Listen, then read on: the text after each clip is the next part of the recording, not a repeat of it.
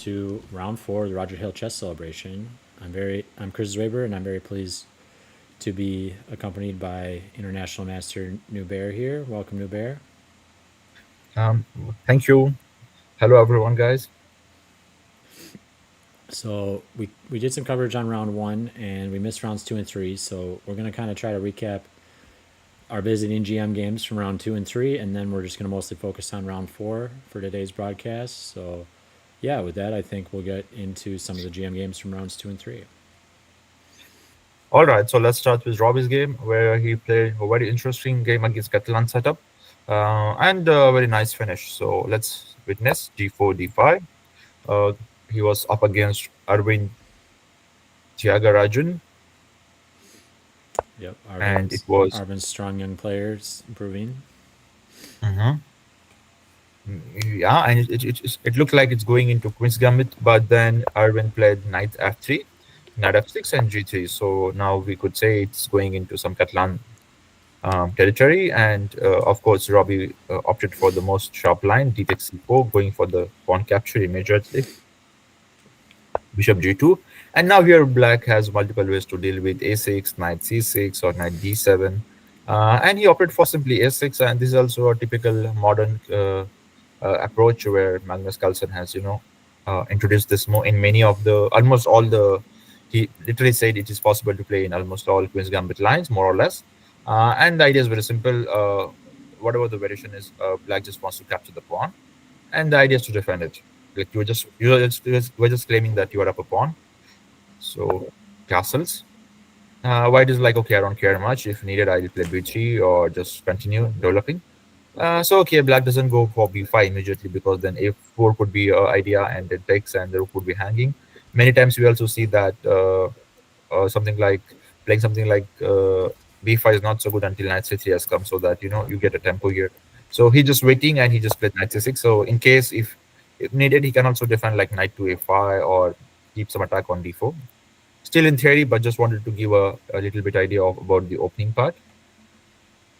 e3, and this is also one of the approaches. You just go queen e2 and play like nothing has happened. So usually they play b5, but here knight e5 might be a problem, and he might thought that it's not so great to give up exchange at the beginning, but maybe it's definitely possible because the compensation which you can get after knight e5 is really good in general, because you have got the light square bishop, and looking at this, it's definitely playable.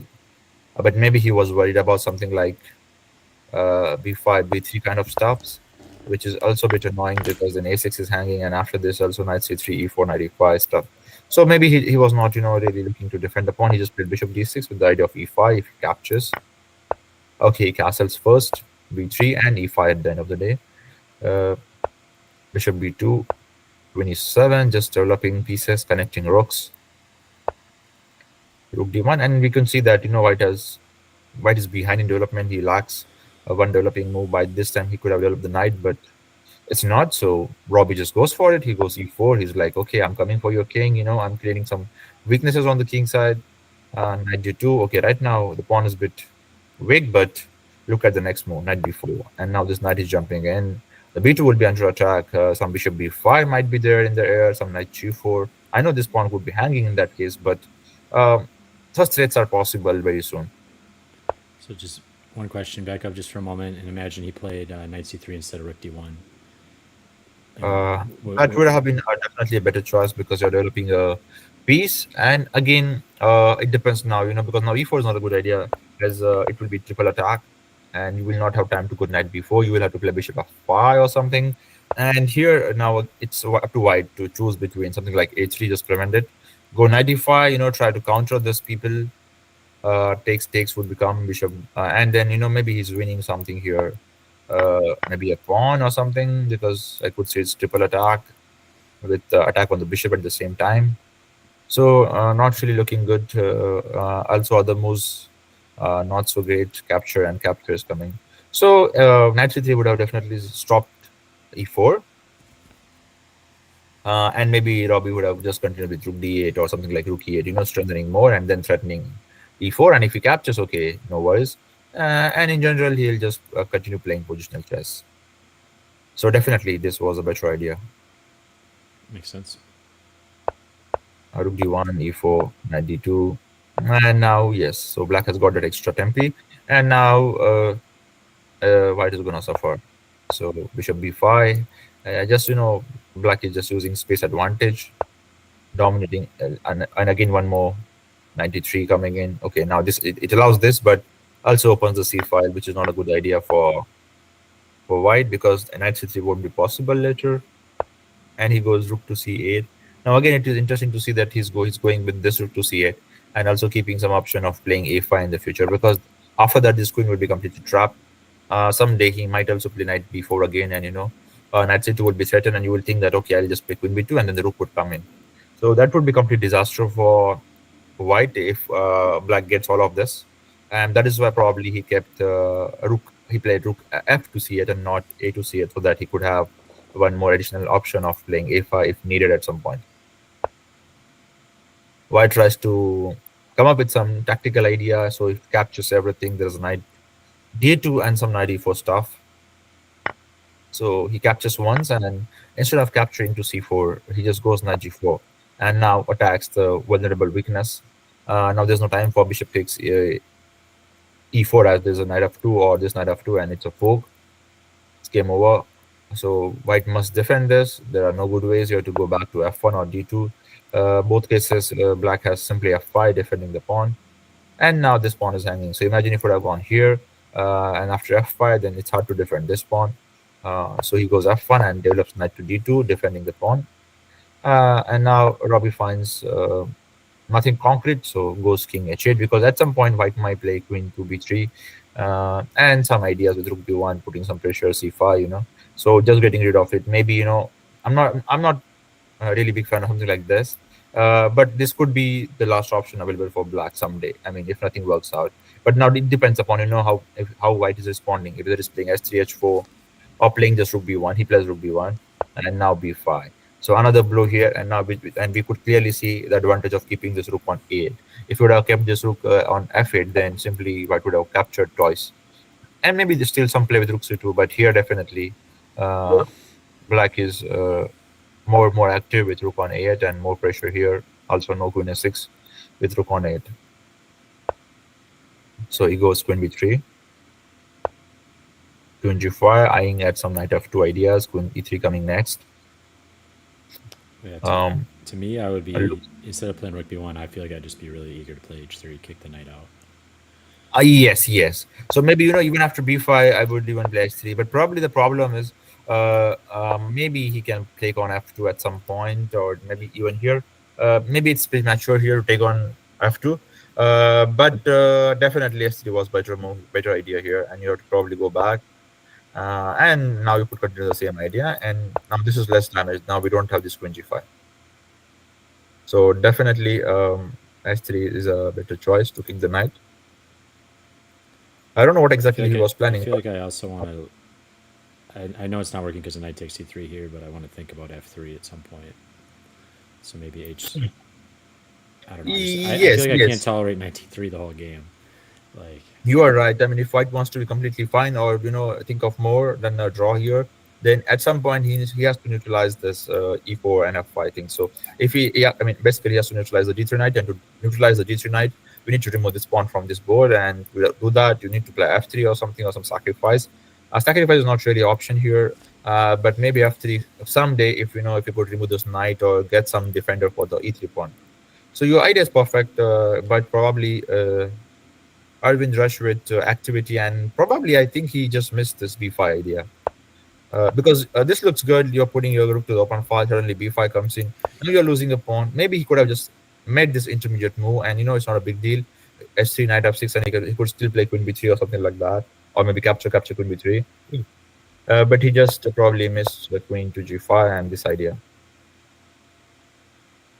Otherwise, probably he would have played s3. But I was wondering what if Robby would have played queen g5 directly. Maybe queen takes d6 is a concern. And after you capture everything, some kind of a queen f4 would come at the end of the day. Maybe that's the point. Also, some checks are coming, the pawns are hanging. So Robby was just preparing for it. He just played king h8, getting rid of the checks and threats. But definitely S3 was the move to play here, if not before. All right, let's go further. B5, queen to b3, g5, and here I think I've been just panicked and played f4. Maybe he would have thought of And some defense or some. The problem is, even if the AB5 B5 has already done, let's say we have got this position, we can at least think of this move. And the whole point is, okay, if queen goes back, okay, fine, knight h4, again we come back. Or if he captures, we got simply this move. And the whole point is we have got some threat here, and the d3 is hanging. So this could be an idea someday, and knight f2 is possible, I know, but and something like this could be risky because we have got check, king g2, and okay, this is also there, but let's say we have got this, and also we cannot capture like this. But okay, we have got this as well, and this hanging. So tactics are working in favor of black right now, but something like this would have prolonged the game, but still losing.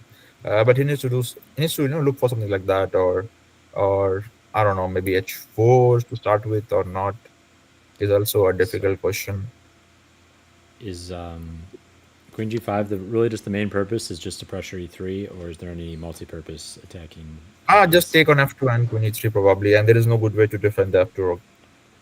Because you're not really going to play like queen h6 or queen h5, right? Because they'll just play h3. I was just trying to think if there's any ideas they could combine it with besides pressuring e3, but e3 is enough. Yeah, so he played f4, and now just the queen goes back, and this is a very, very critical weakness now. Nothing much can be done. There's no way to protect it. Okay, you can play rook e1, but then you lose exchange. Still better than what he played in the game, because ab5, b5 open up both the files, and now a disaster on the way. And he just blundered, panicked, and okay, bishop h3, some ideas of tactic. h5 is also possible, but Robby be like, okay, now let's just finish this off. He captured on e3, and after a capture, rook c2 is also coming. The rook is trapped as well, so he played rook f3, something interesting. But okay, it's too late, as rook c2 seals the game. Yeah, actually, I was watching the game live a bit, and I was actually totally shocked by go back a couple moves. I was like, what was rook f3? Yeah, rook f3 was just crazy to me. Yeah, like 5 or 10 moves ago, maybe white was fine. Maybe the game would not end so quickly. But here, even if black wants, he can sacrifice the queen and finish game with making a rook here. So black had like so many options to finish off the game. You can again make a queen and do the same with queen e4 as well. But just suddenly, like from here, like where you think that the white king is completely safe or pretty safe, in like 10 moves, it gets checkmated in multiple ways. So I got one more question too. Let's go after he played f4. Sure. And now put yourself in white shoes. You're trying to save a draw, and desperate. Are you just going to sack the exchange and try to preserve e3? As I said, yeah, I'll try rook. It's not a good option, but you have to defend e3. If e3 falls, everything's gonna fall. But this is also close to losing. But at least it will remove this annoying knight, which you also mentioned before. So capture, and okay. So if I'm lucky, maybe that knight's got to be worth at least 4 points right now. So come on. Yeah, but there's a rook b8 coming, d5 is coming, so these rooks are gonna roll in. So chances are very, very little to survive or escape here. But at least we could, hope for some back rank someday or something, something. At least not a bad checkmate to face. And I know he's playing against a GM, so this isn't that viable because he's probably going to convert the extra exchange no matter what. But I do feel like in club level chess, a lot of times an exchange is not quite enough to win just because people's endgames aren't good enough. But definitely, yeah, definitely. The person who makes the last mistake loses, and we saw yesterday also. So there were some games where we thought black is winning, but then white ended up winning that game, especially. What was the name of the player? Sorry, I forgot it. The turnaround which we witnessed between Croatian team, not Croatian team. No, this probably, I think William Murray. Yeah, that end game one where he Yep. just missed And Dexter Thompson. Zugby Dexter one. Dexter Thompson here is also playing on camera. He's 2200, so he's Uh-huh. you know Yeah, this one, got a lot in this the game. arsenal. Got a lot in the arsenal to turn things around too, as far as players But here go. goes completely winning. Just go back and life, everything is good. But even if you capture and uh, do this, it's fine. And suddenly he blunders with bishop c5, bishop a3. Very unfortunate check. If the king would have any square, black is just winning in two moves. But suddenly everything was hanging, and uh, black lost us. So such things happen, even after playing a beautiful game, one could lose. Give me 1 second. I'll just go to round three now. Okay. So guys, that was game from round two, where Robby played a beautiful medal game in semi-open Catalan. There's nothing called semi-open Catalan. There's open and close, but it was something in between. So let's call it semi-open Catalan. And he played a good game and some tactical shots towards the end to convert the advantage. So welcome to round three, and we had our Grandmaster Robby Kevlishvili on board one playing against David Shabbat, and it was a London system. So as I said, Robby prefers to play e4, or he's a one e4 player usually. So whenever he plays d4, he's playing something like London system or some sidelines. So you think Robbie's pretty positional then? Okay. Oh yes, yes. I mean, at least for now, or the amount of games I have seen in recent times, all the games I have found to be very, very positional, and like Karpo like play, or Magnus like play, or Nihal like play. So he's playing very steady, and aiming for long games, aiming to get small edge somewhere, and not aiming, or trying to prove advantage in the opening. So he's just a long term player looking for static advantage, or long term plans. Makes sense. But in this game, his opponent slightly misplayed after the opening. It was London system, so not a harmful opening. But very soon we saw. Um, okay, so until here it was all okay. This is all theory. Knight h5 is also part of our opening. Bishop e5. People also go back to f6 or play f6 or even capture. But when you capture such things, you need to be very, very sure about your knight not getting misplaced. So Yep. uh, okay, if we castle first, castle h3, and this is the whole point. So you think that white will also castle and everything will be good. You will play f6, and someday you will capture this, and you will get two bishop pair, you will get e5, and you dream of good things. But then there's this move h3, and which simply says, I might just go back, or I might just go g4, and you have castle before I have castle. So white can think of making some attack. Now, how good or Yep. how sound it is, it's questionable, or it's a arguable thing. But it's possible to make some attack on the black's king, because black decided to castle before white has touched his king. So Right. he played s3, knight e5, got panicked, d takes e5. Suddenly, the now knight is getting trapped. No option but to play g6. Yes. Anyway, g4. Yeah.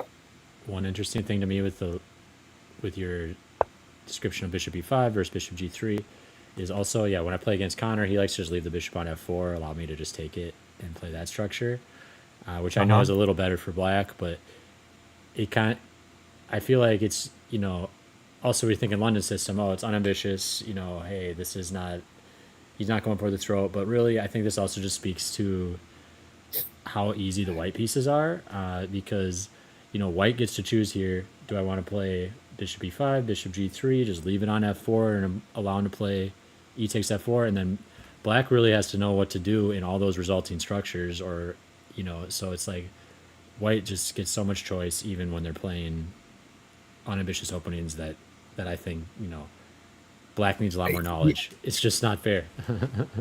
Yeah, and another funny thing about London is, you could literally let this bishop die on any of the squares. Yeah. I mean, sometimes you can let the bishop go on, get captured on f4, and you can say that, I have knight e5 like things, and most of the times it doesn't work out, and black is usually on the better side of the equality in such kind of positions. But sometimes it could matter depending upon how many tempos, or what is the structure or the other piece placement. Bishop g3 is the most harmless.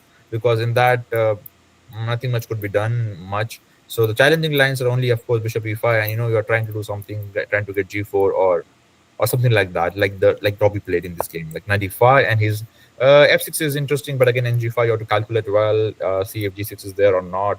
Again, knight h7 might come, and there are some tricks, of course. That's why he's playing like this. Um, and I'm pretty sure this is not really a good idea. You just go back uh, and ask him, whether he's going to allow this, because after this he will not going to take this. It's not so good. And maybe he will just get a tempo and he might play this, or also possible to play like f5 kind of things, and you just go knight f6, 94. But again, things could go wrong if you're not aware about the cherry. But there are many possibilities like this. So g4, knight g7, h4, and white is simply saying, I'm coming for you, and how you're going to defend this. One idea could be here to just, play h6. Usually we don't touch pawns on the king side when opponent is coming for you. But this could be one of the interesting different defensive ways. For example, here if white plays h5, you could just play g5, and if g5, then you could play h5. Yes, it does create some damages on some squares depending upon which pawn he pushes. But this definitely helps to keep both the file close, and I think which is the most important thing right now for black. Maybe someday we could have this battery or bishop b1, queen c2, and then h5. But I believe black will get some time to do something in the center, or get bishop here, or get f5, something like that. So something like this could have been done. F6 is little bit is also possible, but if white captures, it's helpful. Otherwise, it's not really a good idea, because if he plays h5, then you are just opening and weakening up your king completely, still without 2 or 3 pieces not developed. Let's just imagine, just for a second, if he played pull back f7, and let's just imagine white already had their pawn on f4, then h6 is not really an idea, right? Because they're going to be able to break. Yes. And also maybe if you wanted to play f6, then maybe play f5, so that at least you force him to capture and you get some activity, or at least you're not, at least you're closing the bishop in case of h5 or something like that. For example, h5. Okay. Let's keep this question aside. Maybe it's possible to play as much as I have learned chess, and you just capture this, and you are still fine usually, because there's no dark square bishop. But again, such lines we need to calculate well. But in general, also, I was talking about, even if you play something like this, very, very solid, you could survive, because you have got the dark square control, and you have got some wall over there, and you just try to run to the king side, queen side, and possible to survive someday. But f6 is definitely not the choice. You play the f5, or try to play h6, or else I think black has to pray. Or immediately some kind of a b4, c4, d4. You sacrifice a pawn, try to create some play. It's not really sacrifice, probably. We have a rook b8 and some counterplay here. So to distract or deflect, or counter. If you play this slow with h5 coming in, chances of survival are less. b5, h6 is a problem, so this looks very, very scary for black. Maybe knight f5 is still a move here, or king h8. But definitely not queen c7. You need some shelter here. You need to hide here, or you need to block things out. And again, rook g1, king h8 is possible, or even king f7 is possible. But definitely not queen c7, because they just promotes white to attack further. h6, and now knight f5, e4 coming in, capture, f takes e5, queen to e2. And now the thing is, after this e4 break, usually the queen will join the attack someday, and if white has long castle, it just came over, like because both the files are open.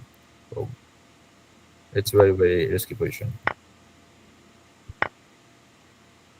fe4, knight e4, f takes e5, queen e2, king h8, Long castle. If black could get somehow this bishop here in time, maybe he could survive, or maybe it was necessary to play immediately here. So that after castle, we could have bishop e8 and bishop g6. And some chances to survive, still very little. But as I say, if you defend with all your pieces, the chances of survival are more. I'm still a little worried about e5. I mean, just move the knight somewhere and I mean, it's black who has played f6, fe5, so now it's too late to worry about it. It might go anytime, but we should not be worried about losing this, because if you lose these 2 pawns, it's a good thing. As you have got two bishops, so right now you just need activity, and if you hide here, maybe you still make a comeback. But if you cannot bring your pieces somehow, then it's just going to be disaster, which you will witness. So look, he played king h8, castle, a6. Now look, his king is burning over there, and he's playing moves like a6. yeah, that It's makes too sense. late. You play c4, b5, anything, like, do anything, just distract white's focus attention from king side. Do whatever. Do please sacrifice piece on king side, because if you don't do that, chances of survival are less than 1% against a strong grandmaster, because he's gonna come for you. So a6 rook here, bishop d7, and if you play a6, I think you should play b5. But then he plays bishop d7 on the next move. So this definitely gives him all the weight, all the time to finish off the game in style. Although it looks like a Probably, knight takes, yeah. yeah, just take, and even maybe just queen f1 is also enough, or maybe knight g5 is also winning, rook h7 at some point, maybe even now. I'm not sure, maybe even now, knight g5, and we have got queen h5 coming in next. Maybe I'm Yeah. sacrificing too much, but even if knight g5, I don't see a difference here. And I feel like this is a good example too of really strong play, because I feel like club level players a lot of times, if they get such a dominating position like this, they don't really want to sack an exchange. They want to just win with with sacrificing nothing. But yeah, even and then if they're in a bad position, they're a lot more willing to Hmm. sacrifice an exchange to try to mix things up, keep things whatever. But because I think they're worried back in their mind like, oh well, I might somehow Uh-huh. mess up the follow up attack, and then I'm down in exchange. I lose a game I was totally crushing. But I think this game does show, even if you're in a dominating position, a lot of times it's still totally appropriate to sack some material to finish the game off, even if you're taking a little bit of risk, such as allowing knight takes g7. But Absolutely, guys. So what we learn from this is, when you get dominant position, or when you are ahead in attack, go for it, go for the kill. You have got license to kill, you have got license to sacrifice, and use your chance, because when you are dominant, you can't you ca- you're allowed to do sacrifices, and do things, because when you're ahead in development or attack, you have got time to finish off things there. So increase the speed of the attack. Don't delay it, because if you delay it, then if your opponent is a good, maybe they'll bring the bishop and they might hold this. So here you see that if I was never falling, but because of queens, it went down. Again, this came in because black didn't block it. So it's all because of black, who, I mean, white's attack got even easier, because black didn't respond well or try to defend with pieces, and was just hoping for something to come automatically and defend defend like that. It's not going to happen, guys. You have to help your pieces so that they could help you defending your claim. So, but okay, I think a very good attacking game from Robby, and a lot of things to learn. And even I'm pretty sure, even if he would have played something like this, he would have found some very, very nice idea, like bishop c4, for instance. And I'm sorry, bishop c4, for instance, and you don't allow him to really go there, and you put some pressure over here, and again you need to figure out some new ways to defend. So, but okay, still we are saying that Rob is not castle, so we have got some chance to survive. Maybe we can just run away. It's a artificial plan, but something could be there, or we could even sacrifice an exchange, just to have some squares under control, and something like this, king f7, bishop c6, possible to play, because we have got bishop pair, center control. It's bad double pawns, but still it's a center control. Or maybe we have got b5 also, which I'm not paying much attention. And as I said, the sacrifice. And if he goes back, we have got c4. So black could make a comeback. interesting. So guys, yeah. So this was about round three. Perfect. So should we catch up to the live boards? Sure. Uh, Just click to connect there. Yep. Yes. There we go. So we have National Master OK playing against Grandmaster Robby. We have some Catalan setup. Let's see. So d4, d5, knight f3, knight f6, c4, e6, another Catalan, g3, d takes c4. We see the repetition of round 2. But now this time, OK is an experienced player, and he simply goes queen f4 and says, no to complications. He just wants his pawn back. Knight to Yep. d7, bishop g2, Well, this is a6. pretty interesting. We're gonna get to see. Wait, so is this? Okay, we got Catalan. Okay, I was thinking we were maybe on our way to London, but no, Catalan. So, but yeah, I, OK's a London and Catalan expert, so he feels like the same flavor as Robby. So Robbie's gonna get to show the black side of potentially of how to play these positional type of games. Nice to try. So okay, be like, I'm not just gonna take here and give you b5. I'm here to fight. I'm just not gonna give you clear equality. And he's putting some uh, good moves on the board, rook b8. But Robby is well experienced player, and you could see his time on the clock. 116 means he was still in his prep. Looks like okay was also in his prep. He's also with 116 more or less. b5 is gonna come at the end of the day. But now at least rook is misplaced, and we could have some a4 someday. Going to bishop b7, not giving time to play a4 because then b4, and this is not under control of white anymore. So castles, c5.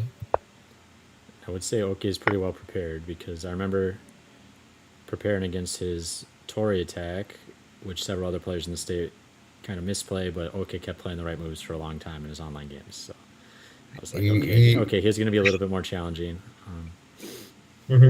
Yeah. So So yeah, he plays some kind of dubious things now and then, but he knows everything like Tory attack, but he knows everything extremely well. makes sense because what matters at the end of the day is you should be knowing what you are doing. So Yeah. if you know what you are doing, it's fine. But even if you play a brilliant move, if you don't know that you have played a good move, then you will doubt yourself. So what is more important is I think believing in yourself. So that gives you confidence. I mean, and okay, so Robby, I think more or less clearly equalized. Also, he did not play knight c5 because maybe the end game is still roughly equal. So he wanted to keep queens on the board. So he goes bishop c5, bishop f4, attacking the rook, rook c8, rook d1, and if knight e5 comes, it will be very, very close to equality. However, Robby has not much choice because he didn't play knight c5, so it's gonna be equal. Knight e5, capture, knight e5, bishop e5. Even I believe he would have done this to keep things under control, and I won't say it's close to draw or game over, but good chances to make a draw here for okay. But he plays the most generous move, bishop takes e5. But this gives chance to keep queens on the board and someday queen e7. But okay, we also have queen f3, so maybe not a big deal. Queen e7, and I think this is a good move here. I would be happy if I see queen f3 on the board because then you put some pressure on the knight. OK, pretty impressive. Just like Eddie, it looks like he's just playing. He's playing against the pieces, not eagerly seeking a queen trade against the GM or anything like that. So. Also, I was wondering if you could play something like this because we have got this move. I know we are dropping a pawn over here, but if it simplifies, for example, let's say queen f6 a4, and now you're forced to play b4 more or less. Okay, there's a rook d8 here, but this gives us tactical possibility of knight e4, which allows this shot, and you have to go back, which is not a good thing in general. So maybe we can play a4, and I was talking about if black is forced to play b4, we have got knight e4, and this might just lead into something very, very equally short, even like this. I mean, we can take just like that, and knight is pretty strong. We could go to d7 someday, and just try to make a draw if you want. If you are maybe if draw is okay for you, possible. But again, not a great move. It shows that you are playing for a draw if you play this. But okay, something like this is more, I think, to the point. I think he's gonna think he took it. Well, Okay, he just wants to keep it simple. think totally But reasonable. also, let me tell the viewers that Grandmaster Robby is an endgame expert, and he's not going for GF6. As I said, he's not going to destroy structure. He's very clinical player. He's not going after all these things, messy stuff. He just want to keep things simple. He will try. He'll like he'll be like I'm gonna queen my B pawn. I don't care about to capture my f6 or not. This pawn is winning in 3 moves, so he might just prove that. So, but again with accurate play, this has to be draw. Let's see. Yeah, So my live. and he's Oh, good oh, at he's definitely very good at mixing things up with endgame tactics. Because yeah, I was actually up a pawn against OK and Robby in our simul game on the training camp Friday, and then just tricked me with some endgame tactics and went from up a pawn to dead loss in no time. yeah, and I'm not happy with this move. I mean, if you wanted to play queen f3, you play directly. We should not give bishop, but if you're capturing and then playing queen f3, you do still hold some chance to make draw, but we all know that bishop is stronger than knight when the pawns are on both sides. So some concession Well, here. if he trades queens, though, he will get to play king takes, right? And it's Yes, pretty active king in l- that endgame. yes, but still, like it's not like a completely end game or the. It's like we are not completely done with the middle game. Like we are going towards the end game part, but it just merely move number 18. There might be a 5G, 5G4. Maybe just rook d8 also. We never know. So, or maybe just bishop e7 also. There are so many plans and so many weaknesses to be attacked, or so. And also, he could just move somewhere back or side away. Queen e7, queen e5, queen So g5. Not really queen g5, but let's say queen e7. And these three moves are definitely possible apart from capture. so you showing that plan of bishop e7, bishop f6 made me wonder about what how black wants to place their queen or white wants to place their queenside pawns, because they might, maybe you could think about playing b3 to avoid, after you move your knight, of course, to avoid that getting attacked, but also then you're just giving the bishop way more scope. So maybe you'd want to play like a3 b4 if you could after moving the knight to restrict the bishop a little bit. What do you think is correct as far as white placing their queenside pawns to play against this dark square bishop? Honestly speaking, now nothing much can be done with this rook setup. So if you want to do something or get rid of these pawns, then you need to have rook on c1 and d1. So you need to get the a to c and f to d. But now because you are playing in this fashion, uh, whether the bishop comes from here or here, you cannot really do much because it's pinned. You don't have knight f4. Also, if you try to play a3 or b3 like moves or b4, they just capture and c3 hangs always because there's no rook here. Also, you just imagine, for example, someday b4 comes, even it's possible to play bishop f2 and this hangs. So there are more than always one tactic to handle this, and of course there are two open files. So the ideal files for the rooks is C and D and not F or F and D. So definitely things are misplaced here when you played this rook to D1. The right one was definitely this one, but maybe he got scared. Someday knight G4, something will come, some pressure, and because of playing little So uh, cautiously. let's say he plays rook So fd1 and knight g4. What would you play as white? I'm not saying like you need to play that, but maybe you can just go 95, and if you want to equalize, just trade off right away. Or I mean, why you need to have this, because anyway you're gonna take here, right? So and it's possible to play something like e3 at some time. There's e5 coming right now. Maybe it's not coming because we have got 95. So we need to always look out for these tactics. And there's a bishop is hanging. If we capture, then we have got knight d7 or something like that. So we need to look out for those tactical possibilities like bishop g7 here, for instance, and rook g8 might just lead into disaster for black. So we need to check out such things always possible. But definitely rook d1. Maybe he will play castle and something like 95. Sometimes you are worried that at the end of the day everything will be captured, and you will have bishop f2, king f2, and you might lose piece in knight g4, 95. But again, with good tactical abilities, this could be sorted with knight d7 like moves. And now we are threatening a lot of things here. Basically, we are threatening to win a piece if bishop just goes back. Uh, white wins a piece with queen d3, knight d3, or the queen hangs. So maybe he has to end up playing like this, and then you capture, and he captures the bishop. Or if you capture like this, then you capture the bishop and say that okay, still it's white who is pushing it further or slightly better. So doesn't really work out. But yeah, something like rook d1 was necessary, I believe, and for knight g4, I think he could have found something like this. And now black cannot castle. Also, important thing to be noted here is he cannot castle because of this. And we also got h3 coming in at some point, and e5, knight e5 is the key idea. So something like this we need to be always aware about. But if you play, this is the problem when we play a little cautiously, things could go wrong. And again, this was not good. I mean, if you're playing next move knight e4 or a4, b4, knight f4, maybe okay. But if you're playing queen f3 next, it's not good. As we saw, bishop d4 is already on the board, and okay, still thinking here. Perfect. Well, looks like could go draw, could go win for Robby. Seems to be the dynamic here, but a lot more game left to play. I do see we got two completed games. Should we check those out? Sure. So let's go to board 2 between Perry Michael versus Thompson Dexter. So is the national master okay on 3 points or 2.5? 2.5. He took a bye. So. Oh, he took a bye. Okay. So e4, e5, knight f3, knight c6.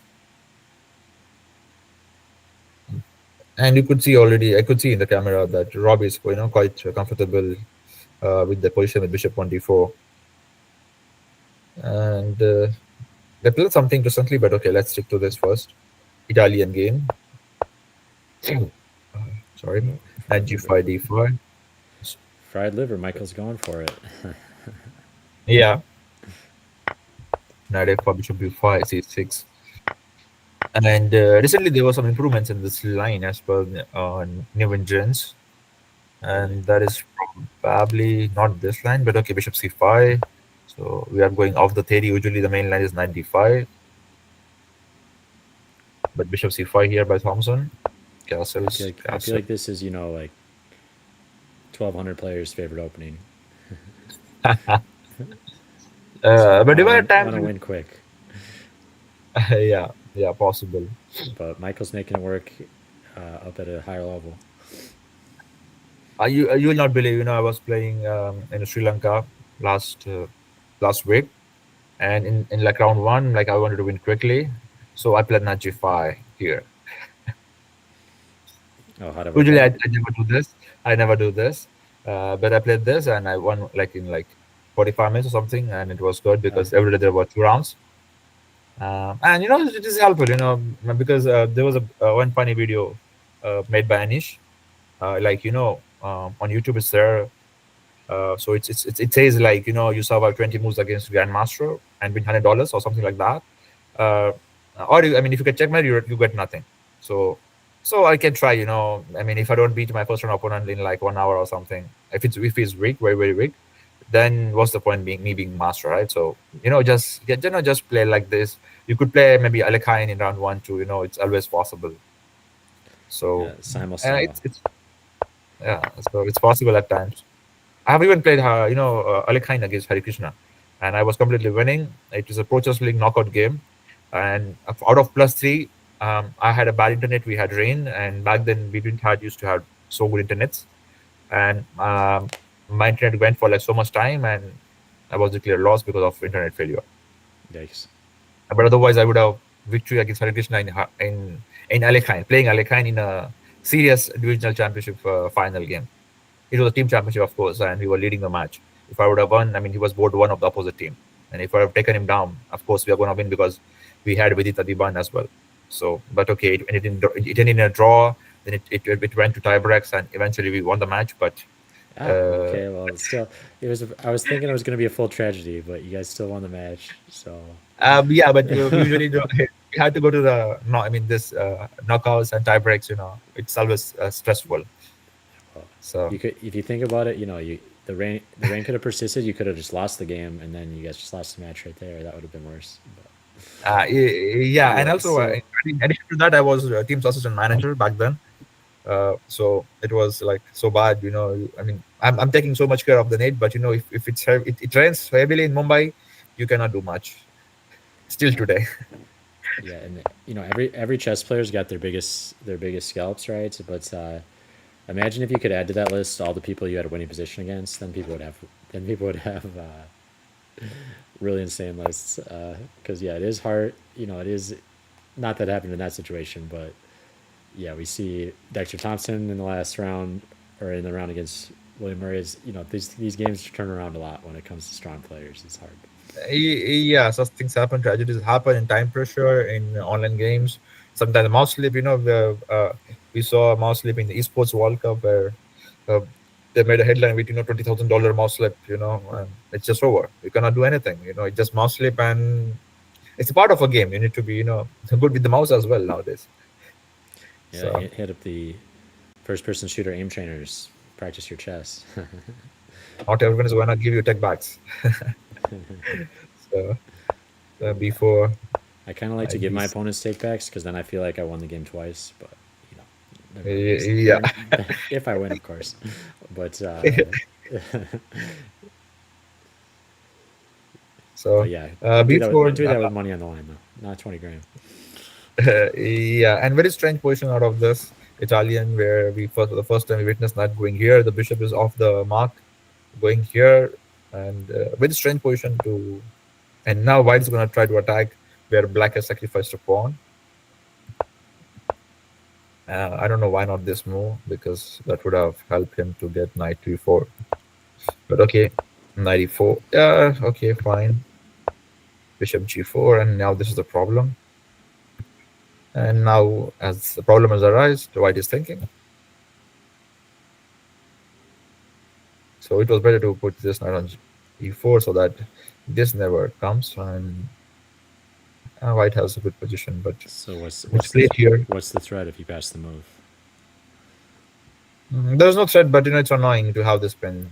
You cannot push c pawn. He might just capture, get knight d6, e4 someday. It's just unpleasant. Like, Was there an issue with H3? just go back. Just how you gonna break that? And if you capture also, oh, this is annoying.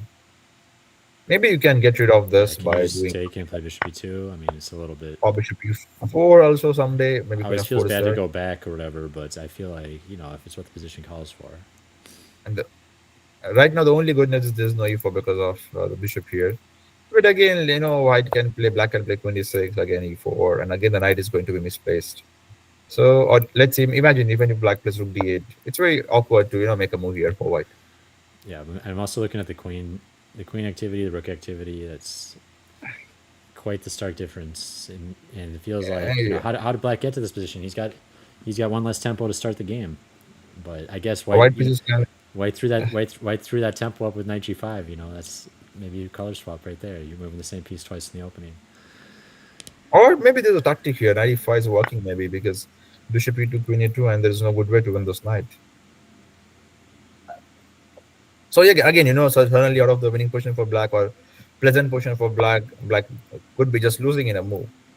So things could go wrong anytime, guys. If you're not alert. And knight b7 is not a pretty piece either. So despite black having a nice looks like lead in development, it's not like he has perfectly placed pieces with that lead. So That's why I wanted to just capture, and play knight d6 as I said in the beginning.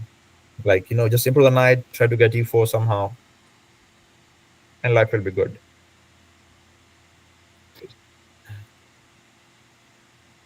We have a result. Oops. oh no, this could be a disaster. Anything could happen. I just talk about the internet thing, and Yeah, let me leave you a link for the DGT broadcast. Oh, it's back. Okay, thank it's goodness. round 3. No, round 4. So there's something wrong. So we could put some round 3 until then. That's pretty strange. Yeah, one round. No, whenever I try to open the game, it's down. Okay, so let me give you a link here for Okay. the yeah, I'm gonna pause the broadcast just while we get this resolved. Just for What? the vi- All right, Welcome back, guys. we are So back sorry. live. We switched from Leech Chest just went down. Man, can't believe Leech Chest going down that free service. That super benefits us, I guess. Just kidding. So yeah, Leech Chest having some issues. So we're just going with the DGT. We're not going to be able to actually. It's not quite as good because we can't do sample variations and such. It just shows the actual moves from the game, but better than nothing. And we'll maybe go back to Leech Chest later if it recovers. Yep. So let's stick to the game which you already discussed, the variation. So bishop d4, and okay, goes queen b7. Maybe he was banking on this move. He just like exchange those pawns and secure a draw. Bishop c3, bc3, and probably the idea is to play just e5 here. I mean, it's looking pretty drawish to me, to be honest. I mean, Yes. trading pawns. The more pawns that come off the board, the more it leads to a draw to me, and I feel like we're already kind of short pawns. I mean, maybe not too many, but I see weak pawns on both sides. Yeah, and again, what worries me is after e5, there's a a4 coming in. So, and after b takes e4, at least rook d, I mean, just rook a1 or something. So Robby has to find some good tactical sequences or some tactical ideas. For example, let's say e5, a4, and rook to b8. And okay, sorry guys, we cannot make variations, but now you also need to believe with ourselves in our mind. So we are going blindfold right now. So e5, a4, yeah. Yeah, e5, a4, but then you were saying e5, a4, rook b8, or wait. And something like queen s7, but that allows queen 6 check. So decision, maybe slightly difficult decision for okay there after rook b8, maybe something like queen e4, just defending a4 pawn, taking control of the central, it's good idea. And maybe then getting the rook f to c8, trying to attack the c3 pawn, ab5, ab5. Close to drawish, but yeah, I mean, he has to work out something there. If he doesn't, then it's going to be a draw. What's wrong with e5, a4, ba4? Rook a1, I believe. And then maybe you're right. There's nothing wrong. If you play rook takes c3, I mean, aren't we just getting? Yeah, rook a4 and just queen to 6. Maybe you're right. I was wondering if that endgame is just drawn. So just capture and make rook a1, get him rook f to 8, and just put rook on a5, and just try to hold the pawn down in game. I mean, theoretical drawn in game, something like that. So. Yeah, and how much are the queens on affecting winning chances in this game? Like, it's got to make it at least a little bit more dynamic than just a rook in game, right? In my opinion, if black has to win this game, he must keep the b pawn alive, no matter whatever happens or whatever the major pieces are on the board or not. If black needs to win this game, he has to keep the b pawn on the board, because I believe the b pawn is the leader of the game for this this position. So he has to keep the b5 pawn alive somehow. Yeah, that seems like a skill that a lot of top players have. I remember you analyzing one of the games yesterday, saying, "Hey, well, I don't care about these pawns. My c pawn's going." Identifying, what's my win condition, which pawn do I care about, and yeah, once you do that, it makes your decision making a lot easier because you can just give up some other pawns that don't matter in the pursuit of your ultimate goal, as long as you assess that goal correctly. But seems like a good thing to practice,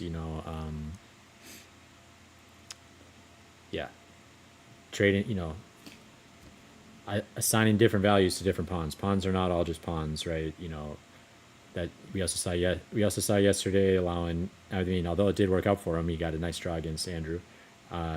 Allowing knight takes e4 is a little more dangerous than, for example, because that e4 pawn is a lot more valuable than an edge pawn, and I guess in this case, so what makes the b pawn so valuable here? Just because it's our most likely pass or succeed, or we're going to eventually try to like undermine c pawn and then get a and b against a, or what? So the point is, so if you go back to the Dorit's case endgame manual, so he talks about the concept there, leader of the game. So every game has one leader, and in endgame especially, we the pawns are the leader because one of the pawns queens. So here, if you see and talk about H, G, F, E, I think both it's very very symmetrical, and I don't see a way or any way in which OK blundering any of the pawns, and if it is even if it's a Magnus Carlsen, it's impossible for him to create a passed pawn from the king side. So it has to be on the queen side. So if you look at the pawns briefly, a b5 is advanced, a6 is under attack, and we could see weakness on c3 and a2. So imagine if you could win the c3 and a2 pawns, the b5 could roll in, and currently the b5 pawn is different with a6 pawn. And even if imagine, let's say, imagine a situation, if someday a4 or c4 comes and the capture also b5, we have got a b5 back.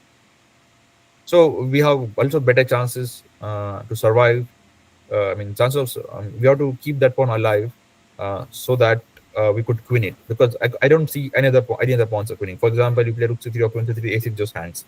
And many times, for example, even e5, we talked about a4. But let's say, okay, just plays rook d7, rook c3, and just makes double rook f d1, and just aiming to get some kind of a rook d1. So that will also, I mean, it's very hard to defend that a6 pawn because already it's vulnerable. But here, Robby comes with some interesting idea. He wants to keep some imbalance. He's going after the e2 pawn because, and the problem with this plan is, you might end up winning e2, c3, or a2, but even if you lose a and b, you get this 3 versus 4 endgame, which is drawn for rook as well as queen. So that's why I didn't like this move from that practical aspect. But maybe he thought, anyway, he's not having much chances in e5 because of rook d7, rook d1 coming in. So he's trying to, put some pressure, try to complicate stuff, uh, centralize his pieces. Maybe queen e4 he would play someday, try to do some backrank stuff, or maybe just h5, h4 ideas. Um, let's see what Robby has here. He's in general, very good strategic player, also a good endgame player. So let's See, see. if I was if I was in OK shoes, yeah, I'd be really happy with the draw, right? But then also I'd be keeping in the back of my mind like he's gonna want to win. He might overpress, so let me be ready if he does. And yeah, and the sad part about these portions or such portions is like you have to sit for long hours and defend, and then it's all up to your tenacity. So if you have got strength, guts, and if you can sit for 5 hours, 6 hours, sit tight and defend after opponent giving threats. Usually it's difficult for human. Even we are witnessing World Championship matches. Magnus used to play 6 hours, 7 hours games against Vichy to beat his first game. Even he did the same strategy against Nepo. So he has a very simple point. He's the fittest chess player amongst the let's say elite players. So he just keeps on playing long games, and he always has the better position. So he always keeps on pressing. So that is also a strategy here. And Robby also, I've seen him playing long games in Chicago, also in Vegas. But the problem with this kind of play, or what happens is, if there are double rounds, you get tired. Like no matter you win or you are not never in trouble, but you get tired, and towards the end you lack energy, because every day you cannot play double rounds. I mean, for 5 days or 3 days, whatever it is. Especially if you're facing, let's say, 2400 plus opposition or a stronger opposition. And he did really well in Chicago as well as Vegas in the first half. Like right round 6, round 7, he was leading always, but towards the end, he could not maintain the quality of the games, which we also witness in World Cups. They play for 1 month, and if your playing style is like this, or every time you play, you make 2 draws, then you go to tie breaks, and you keep on playing, keep on elongating the game, and you end up winning. This could be a good thing if you are playing a match with 2 players, or it's just a World Championship match, or if there is only one game a day, it's a good idea to play like Karpov style or Magnus style. But if we have double rounds, triple rounds, I think we have to play like Robert. Yeah, Robert actually withdrew. He's on a his style's not working out for him. I think he needs to go back to the drawing board and stop sacking pieces. But we do So like to enjoy his chess, but it's not a winning formula lately. So if you got double rounds and if you don't care much about win or lose, you just want to enjoy chess, just play like Robert, guys, and you get result in 2 hours. No Yeah, that much stress. I heard that's what Dutch pensioners I heard do that as well. Mm-hmm. So just want to enjoy their vacation. So got to play some trap openings, get the game over with either quickly or in their favor or the opponents, one of the two. But Yeah. So, but the problem here is, I mean, Robbie is also a very good player in Blitz, so it helps him. I mean, he can manage things well. He could literally make good decisions with less time, so it works well. And here is also not playing so strong a position, so it's possible to play like this. But in long run, this could not be a good strategy to play every game long, because um, it's going to be tiring. Chess is not an easy game. You get tired. I mean, the mind has to think for 7 8 hours every day, and after 3 4 days of play, it could be tiring for anyone. so maybe Or else maybe you a, need to be fit like madness. well maybe a decent strategy in a match because you're also tiring out the opponent. But Yeah, you know, yeah, let but if you're playing a Swiss, and you know, there's a lot of mismatches of energy levels, especially when we had triple rounds. We had a triple round yesterday, so it's not the most serious tournament to be honest. Because triple round, third yeah. round starts at 7. It's pretty brutal. A lot of people took But here the buys. time control is also less. Imagine, the time control is of 5 hours. Like you have got this uh, 90 plus 30 plus 30 after 40, and you are doing like I remember sometimes when the World Junior Championship there used to be game like this, and even their time control used to be long. I remember playing for like 11 and a half hours on one day, like round 3 round 4, and scoring just a half a point, because in the morning I played Petrosian manual, and in the evening I played another 2600 plus. So I played in the morning against 2630 Tigran, sorry, Petrosian manual, for 5.5 hours that I was pressing for a win, and I could not convert extra pawn in rook end game, and he drove it. Like I played that game for 5.5 hours. In the evening, I was playing Matthews and Haik, who was like the member of the Olympia team. Again, a strong grandmaster with 2650 rating. And I have to now defend with black pieces, and now I'm defending until like 10:30, 10:45, and I made a mistake at 10:50, and to lose the game at 11, come back home with no dinner, and get a half point after playing for 11 hours against 2650 opposition. So Yeah. this could be a difficult thing. So what do you think is, you're tiring your opponent, but in the Swiss event, you're actually tiring yourself because you're playing against 11 or 9 different opponents. Yep. So Makes sense. So I guess the hacking, we got a lot of hack and slashers in Minnesota. So I guess they got the right strategy, and a lot of times they don't even use a fraction of their clock. So I don't think we got the total problem of players tiring themselves out in our scene, but I definitely see the point. all right, maybe okay is gonna you get use some time here, because for queen a6 also there's a rook a8 coming in, for which he has to move the queen, then rook a2, and tough decision to defend, take on a6, or defend by playing e3 or something, or rook e1. I don't know what is correct here, but he's gonna take some time here, I believe. Meanwhile, I think we had a result between Ajay and Dane. They agreed to a draw. That's what I found on leeches, and here also, yes. So All let's see right. their game quickly. That doesn't exactly look like a drawn position at the end. So maybe Yeah, it was kind of equalish. some tournament gamesmanship here or energy conservation, but I feel like Dane already took a bye last night. So how much energy conservation you need, buddy? Come on. Yeah, he's saving energy for the important games. Maybe he wants to beat Robby in the last round. Yeah. So c6 castles. Or there are some people who doesn't like a morning round game. So they are like, maybe we'll just start our day after the afternoon, just make Well, a even draw those in the people, morning. come on. The game starts at 11 a.m. So like how, even if you're not a I morning just show up, person, make draw, go back home, rest, and come back again. yeah, I was thinking that would be a more, it's hard to fit all the rounds into just one weekend, right? The bigger tournaments like Oh wait. Chicago, they have Thursday, Friday, Monday, but Mm-hmm. I was thinking it would be a little easier if we got started a little earlier. So maybe I'll suggest that to Dane at some point. But I think the chess player audience wouldn't love that because they're not used to it. But I feel like there's not a huge reason why you can't have the round start at 9 a.m. You know, but Mm-hmm. Yeah, I mean, you need to be versatile. I mean, you should be okay with playing at 9 a.m. also and at 7 p.m. also, because we live in this world where, if you go to different places, the games will start at different times. So in my life, I have played game even at 7:30, 8 a.m. as early in the morning at times, the classical game. and also as late as 7 p.m. or after midnight. Also, I've continued the 7 p.m. game till 12:30, 12:45. So sometime a one game could even go for 2 days and stuff Yeah, like that. I So you should be playing. I mean, you should be able to play all the time. and I feel like people are a little self-centered too in their thought process around tiredness because they're like, oh man, I'm gonna be dead for that third game. That and it's true, I guess. Maybe it's not the most fun to play tired, but chess games are played by two players at the same time, right? So you could get paired way Yeah. up, and you know you could have the best upset of your life because your opponent is tired and doesn't play a great game. So It's surprising here. White played thought for like nearly 4 to 5 minutes and played c4, blundering the s2 pawn. Like it's a very rare blunder. I have not seen anyone usually blundering the s2 pawn like this. They play s3 or anything like king h1, whatever. But it's rare that White thinks for a 4 to 5 minutes. Last move was queen c7. It's not like that something hidden is coming. It's just typical threat, and he blunders the pawn, and then just goes back, which is pretty fair. And then e4 comes in, captures, capture, capture, capture.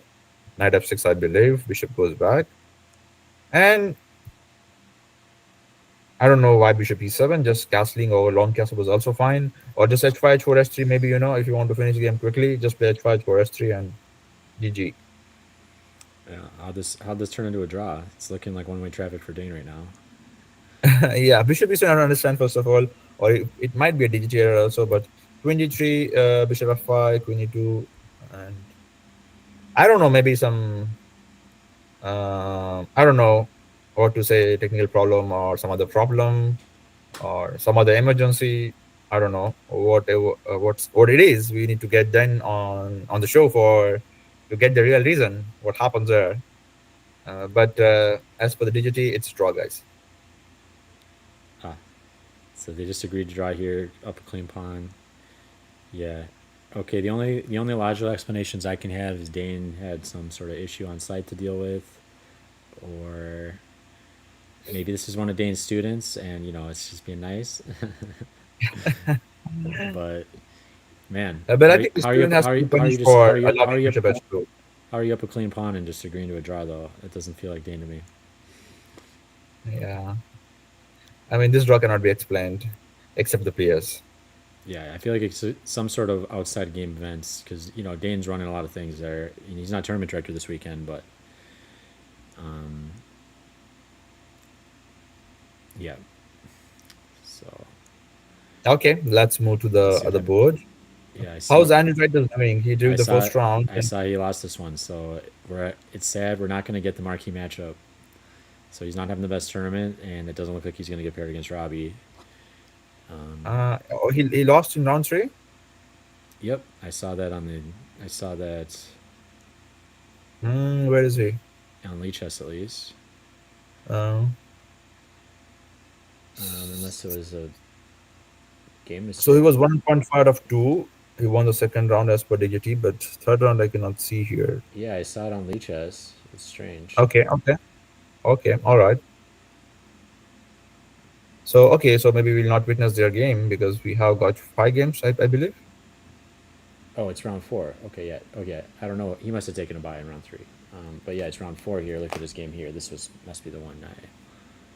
You're right, man. He's on 2 points. That's why playing on board 4.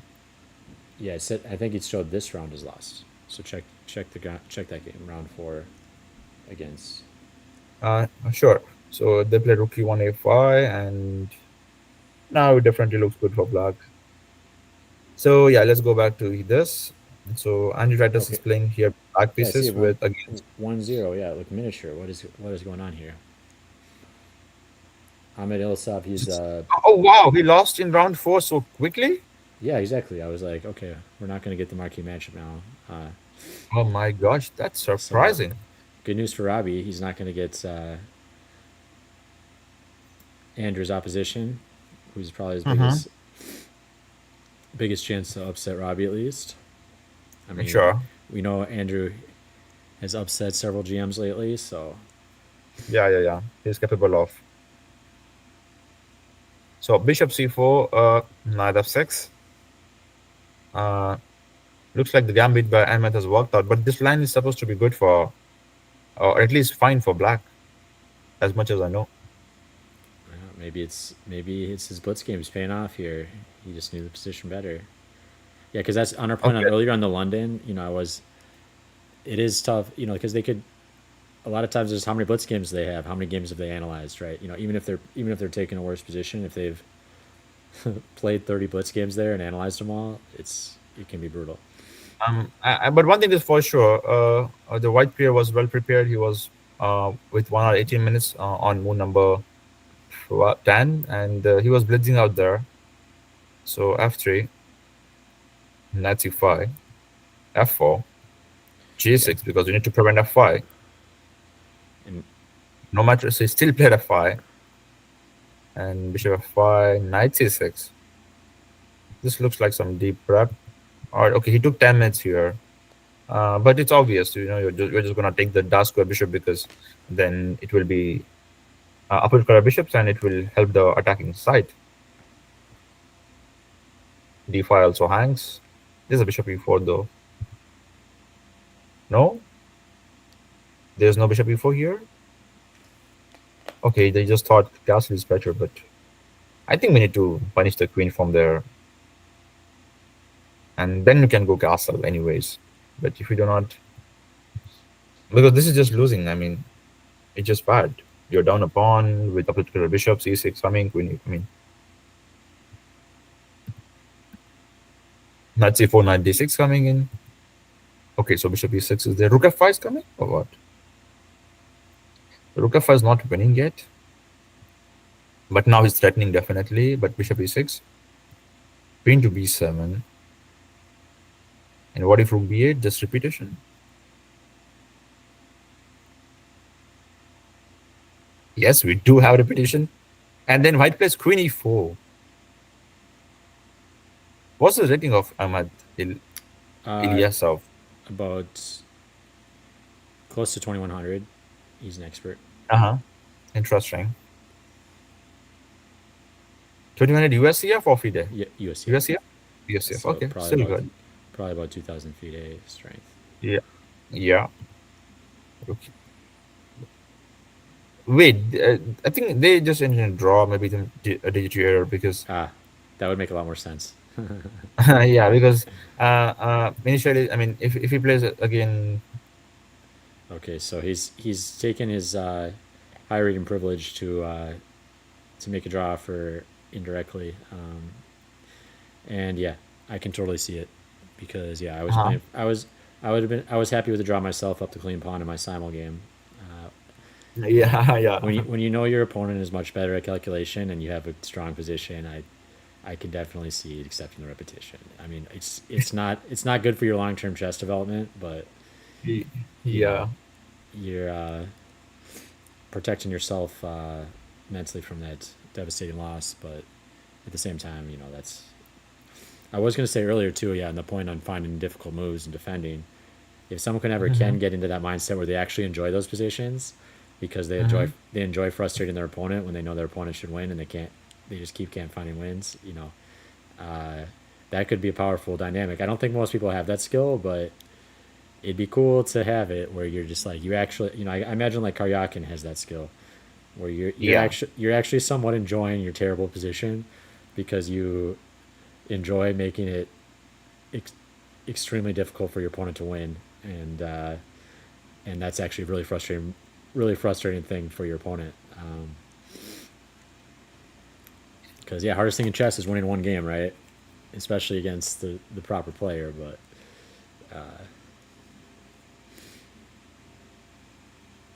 All right. So, would you like to check the game of Team Jordan or someone else?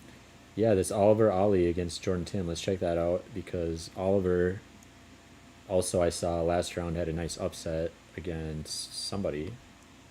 Okay. I forget who, but it was definitely a stronger player he beat last round. I think he beat Arvind Oh, yep. Tyagarajan. Yeah, as So per the IMG. so Oliver, I saw him on the camera yesterday. He's a young kid, so I'm sure he's on his way to expert/master strength before too long.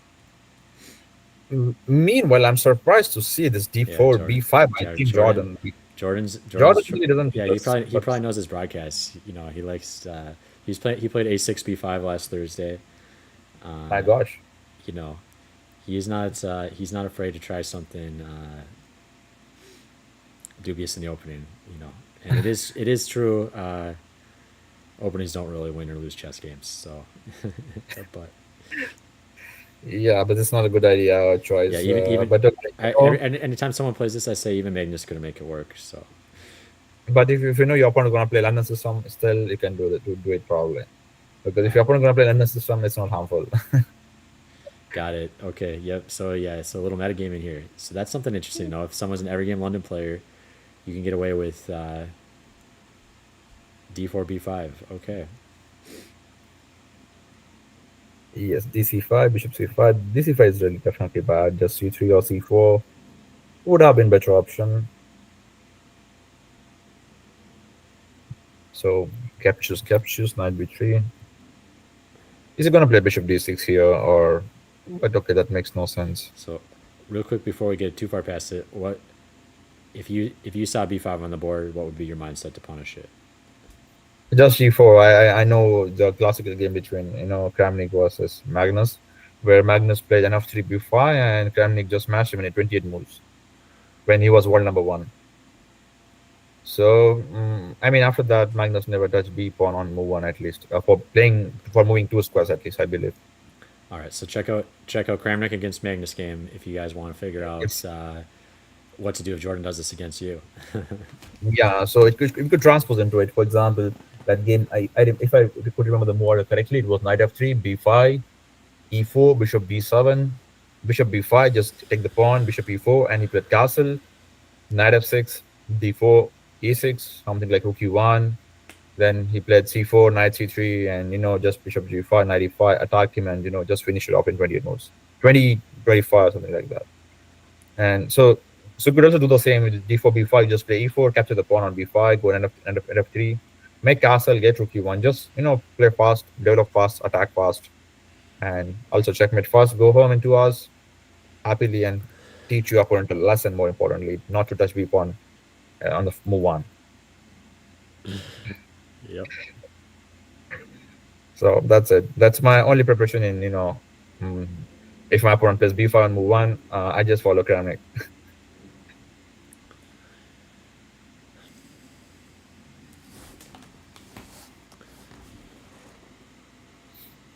h3, bishop d6, capture, knight a5. Wait, what? He's allowing knight b7 to be captured because it's a bad bishop. Wow. And the point is queen b6, guys, so don't worry, it's not a blunder. Crazy. That's some nice. I can't say I would ever. That move didn't even enter my mind. So nice job by Jordan there. But that's completely unnecessary. Like you could see on the next move, it allows c4. And now knight b7 is a threat. So he has Still, to go queen still b6. kind of a funny concept. Just allow your piece to be totally hanging because knights can't escape very easily. And then you lose bishop. And wow, he's playing b takes c4 because the knight is still trapped. That is very brave, winning a pawn over there. But I think there's a b3. What? Bishop 6 c4. Yeah, Oh, why play b3 if you can play bishop c4? That's right. nice. Crazy. Yeah, knight Frustrating. six coming. Nice tactics by Oliver too. They're both. Yeah, tit for tat. Yeah, that's the problem too. When you're coming up with these spicy lines, you're thinking the most forcing moves for your opponent, but a lot of times they've if you're leaving in pieces on pre and doing stuff like that, your opponents can come up with surprising moves to shock you back. Yeah, they just take it seriously. I mean, like it personal offers. How can you leave the piece hanging over there? Now it's my time to strike with brilliance. And then comes the c4. Then comes the bishop c4. And things get Well, interesting. I like how Oliver handled it. He somewhat acquiesced, but on his own terms. But I'm more surprised with the team's time. I mean, Jordan has got like 1 hour 16 minutes Oh yeah, on this is moving normal for with Jordan. all this uh, Yep. brilliant and dubious play together. He doesn't spend much time at all, and I think his favorite event is Mondays, which is game 30, Uh-huh. and that's where he gets a lot of wins against strong players. He, he, he And literally reads out he's the actually been question. struggling somewhat on Thursdays, at least expected value for his rating in the 90 plus 30, because yeah, he moves just as fast. Mhm. So we got a lot of And players now, like that. You, yeah, I think we should have a tournament with all these players. Let's say like Robert, well, Tim. Uh, that's for we got it on Thursdays sometimes. Yeah. So yeah, and we're not seeing John play much lately, but John Blommer is also yeah, notorious Blomer is also there. notorious for spending little amount of All right, time. so rook c8. And now the e4, c3 is gonna hang because knight e4 is coming next. And just running for black with 1 hour 17 minutes on clock. So he has gained 2 minutes, 3 minutes maybe next move.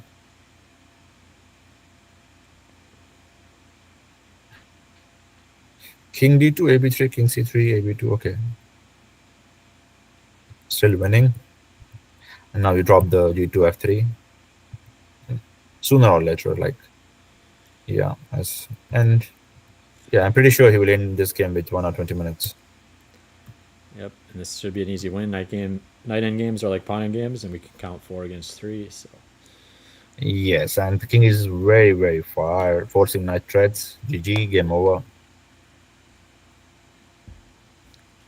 And he did achieve 120 before his opponent resigned. So all boxes got ticked for Jordan there. yep. So Jordan's definitely not going to have problems with energy conservation with his style. Would you like to continue with both 6, 7, 8 or go back to top boards? Yeah, I feel like let's take a look at all the boards. Why not? Sure.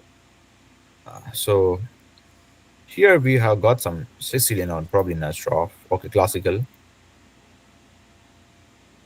So it was Sicilian with when you do a6, bishop d7, and so on. King b1. So white is guys Rian Shiroma playing against Josiah John Yep. Pai. Ryan Sharoma against Josiah Jornby. John B. Okay, sorry. And So h4. Josiah's the high seed here. Ryan's probably about 2,000. Josiah about 2,200. So it's from different section. It's one, or this is all these games we're looking at are the premier section. Okay. So h6, bishop e3 back. h5, why h5? I mean, you just kick the bishop and then you again want the bishop to go back to g5. Just play castle, queen c7, rook c8.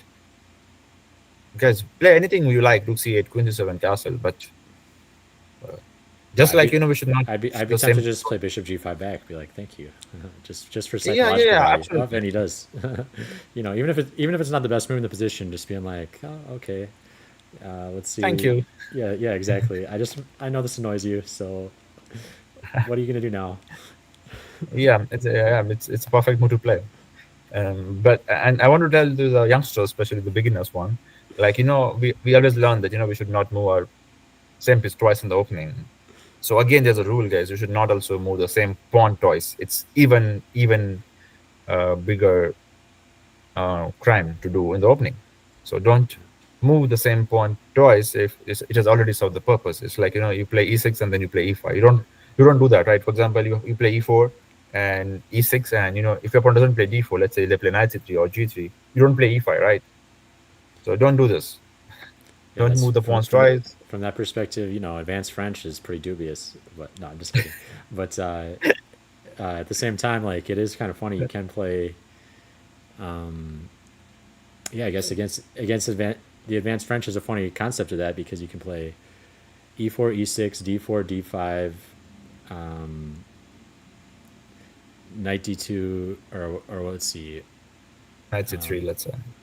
But there's one they play like c6. Okay, it's Carol Khan I'm thinking of. e4, c6, d4, d5, e5, c5. c5. And c5 is because it makes sense there a little bit, because white spent 2 tempos, so you can spend 2 tempos. But it's not consecutive. The point is the consecutive. You should not play them consecutively. So like you play a6 in Nazdrov or any Sicilian, you should not play a5 on the next move. Like you play h6 and you should not play h5. Even if you take French e4, a6, d4, d5, you play e5 after one move break. You play d4 in between. In Caro-Kann also you play c6, d5, and then you touch the c pawn again. So there's a gap, there's a break, there's a maybe a dubious move by opponent in between, and you cut up things. But if you play it f3 f4 or f6 f5, it's not good idea. Yeah, I also feel like it's if you're getting a bunch of central space, it can be a exception there. So I don't think it's bad to throw e5 hitting Alekine Knight, or always exceptions in chess. But yeah, Yes, yeah, you are good at getting all those pretty good, nice uh, exceptions there. yeah, man. Yes. Exceptions make chess brutal, man. If it was all just if the dogmatic rules worked every time, I feel like I'd be a lot stronger because I play by all the dogma. But unfortunately, that's not exactly how chess works. It's a combination of positional dogma and then a lot of calculation and precise moves. To sum up, I would say chess is a really very, very beautiful game, and anything could happen. There are lots of possibilities if you're open to things or learn new things. So we have got like 10 to 120 possibilities to play one single game of chess. So it's a very, very, very huge number. So it is just it's very rich game to explore. I think Definitely. so. At What the I'm end of also the day, noticing is look at like black doesn't want a castle. I guess that makes sense. But I also feel like this happens a lot in classical chess. Like, people are pretty good and about getting their king safe and blitz, but all of a sudden it becomes a classical game. They're like, I can just calculate. And then like all of a sudden, it gets to a position they just run out of time to castle, and they're like, oh, I guess I should have done that a few moves earlier. It could be yeah, and then either now again, though. black changes mind, and after rook e1 goes castle. So definitely black has no clear plan. It could simply play queen c5 here, for instance, and exchange queens. Have a decent endgame to push further for win. But no rook to d8. Usually people play rook to c8, but okay, he wants to put rook in the closed file. We can't help. Rook e1. I know g4 ideas. Then he plays castle. I hope now g4 will come. Finally something spicy. And so text, and now it's white who's thinking to capture on g4, to play h5, or to play rook g1. I think rook g1 is a good idea here. But then your e5 will come there, and it's gonna be an interesting game for sure. Yeah, I also feel like rook d8. It feels like a move I would play, but it it seems like it's prophylaxis against some idea in the future, like bishop takes f6 and queen takes d6. But so much has to happen for that. You also have to have bishop d3 move out of the way. It's like you're doing Uh, prophylaxis for stuff that's like so Probably what contrived. yeah, definitely. So a rook g1 g f2 definitely helps white to get the job done, as you said, on bishop f6. But I believe for rook g1, black still has that queen c5 option available all the time to force queen trade. And once the queen gets traded, I believe black is just close to winning, because we have got c4 coming in. E4 is going to drop at some point once the tactics gets resolved there. And probably that's why White is thinking, because he maybe missed or underestimated queen c5 possibility So G, after grabbing the pawn. g4 probably a mistake then, or what? I don't know. I don't like the bishop on d3. I mean, they have played so many moves which I don't like, but but I don't know. Bishop g5 is perfect. After this, okay, maybe just bishop e2 and g4. Typical plan in such kind of positions. You play g4 directly, also possible, because g7 hangs. So maybe just g4 directly, or more maybe if you want to be more Um, systematic, like Robby, you go bishop e2 and then g4. to me, bishop d3 is kind of ruining your threat in the position too. Like, what about bishop f6 here? I mean, I guess you could play The g2. problem with bishop d3 is there's a queen c5 always, and problem with bishop f6 is typical sacrifice. Like many times we just see that black plays bishop 6, and queen takes d6, queen d6, rook d6, and there's a rook c8, and or even capture on c3 at some point, king e7, and it's enough compensation. Like this knight on c3 is really, really bad. Also, black has got lots of initiative. H4 is a weakness after the trading, giving the g5 bishop. So usually black gets enough initiative to fight back. And also, just one more question: if we took the dark square bishops off the board here, would white be in a very strong How would position you do that? against d6 here, or Yes, at some. I mean, if you could get the d6 pawn by taking off the bishops, yes. I mean, you're just winning your upper pawn, because just like not on c3, not on f6 is also not doing much because of the structure or the king pawn opening nature. Um, but that the thing is how you're gonna take the bishops off the board. Like it's really tough task. Makes sense. Just if black blunders with moving his knight. But Yeah, but usually g7 or d6 hands instantly. So yeah, unless, and there are some lines where you put rook on d8 or you just capture bishop e7 king e7. There are some lines. It's possible like that. But usually in classical Sicilian, it's very rare to see bishop getting traded and d6 falling. But sometimes maybe imagine if the queen's on d2, they put bishop f4 and trade on d6, and yes, the bishop could go off. But usually they play e5 and then bishop g5 and they capture on f6, then knight d5 and those positional stuff. Um, yeah. I feel like this is interesting to me too because I feel like for your flank attacks, you're like, okay, finally castled. I can get my flank attack going. But I feel like no matter what, for a flank attack to work, you have to be able to maintain your center. So it seems like he's not really going to be able to. So maybe it's premature. yeah. So let's see what he has played after g4. No, he has not played anything. Down to 17 minutes. Let me just go to some game where players are in time trouble. So AD is not in yet in time trouble. So we'll come to AD's game later because Shocking. very soon he will be in time trouble, I Yep, believe. he kept some time on his clock. Yeah, and we Probably have able to got use all of it now. we have something spicy over here. So let's have a look at this game. Like leaving their queen on for you. So it's Sicilian again, and again classical, but this time with same side castling. Knight to a5 directly, going for the bishop. And if you play against bishop e4 like moves, then there's knight c4, f4, a6, queen f3. Okay, we are going to transpose, but what is knight d7? Definitely not the right move. You need to develop the bishop somehow. Maybe you can just play b5 and bishop b7 next, because the bishop is misplaced on b3. Nothing to worry about e5 in my opinion, but even knight d7 bit too much. So as this move, a Yeah, piece sacrifice for two this is. pieces, and 95 queen h3 only. I feel like there's Probably. got to be a tactical defect in this somewhere. But Yes, it is. I mean, the sacrifice has gone wrong because he missed 95, and now you cannot capture the queen or on knight because if you capture knight, black also captures knight, and if you capture queen on d8, white captures queen with a check. So you don't have option but to go queen h3, knight to c4, bishop d4, some pressure on g7. I was wondering, if I could keep my knight somewhere, near the king, or even, just play bishop e6, queen e6, knight f7, just to you know, keep things simple. I was kind of At thinking some for a point, second, why you want to leave your knight stranded on a5. Just play knight takes b3. But this is kind of making me think.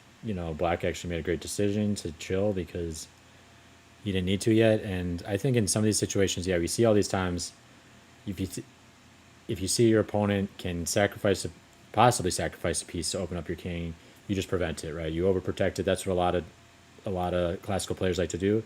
But it seems like what's probably more correct, especially club level around our tournaments, is just calculate, see that sacrifice is not working, and then play something else and allow them to do it because a lot of times they still will. Just because, in my opinion, I think as people are playing too much 3+0, they spend all their time playing 3+0 and they're used to sacking pieces like that, and mhm. they just do it on vibes without actually seeing to the end on how they're winning, and it works fine in 3+0, but that doesn't actually work in tournament chess. So might as well allow your opponents as many opportunities to sack a piece as possible as long as you see it's unsound, because that's a good way to win a game pretty easily. We saw also Dane's game where there was just a shock bishop f7 for that. I think was pretty dubious. You got to check out the engine, of course, but Yeah.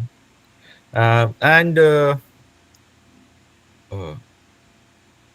I want to tell this, like, maybe here black players Luke and Jan, and maybe he wants to follow Robert. He just wants to get the game finished in 2 hours, win or lose. What you said is correct, and it's like you're the Robby way. But maybe he just wants to play like Robert. He likes Robert style, and he just wants to finish the game quickly. So he goes bishop f6. He's not caring about the queen on d8. He's like maybe he follows Miss Borders, honor my queen.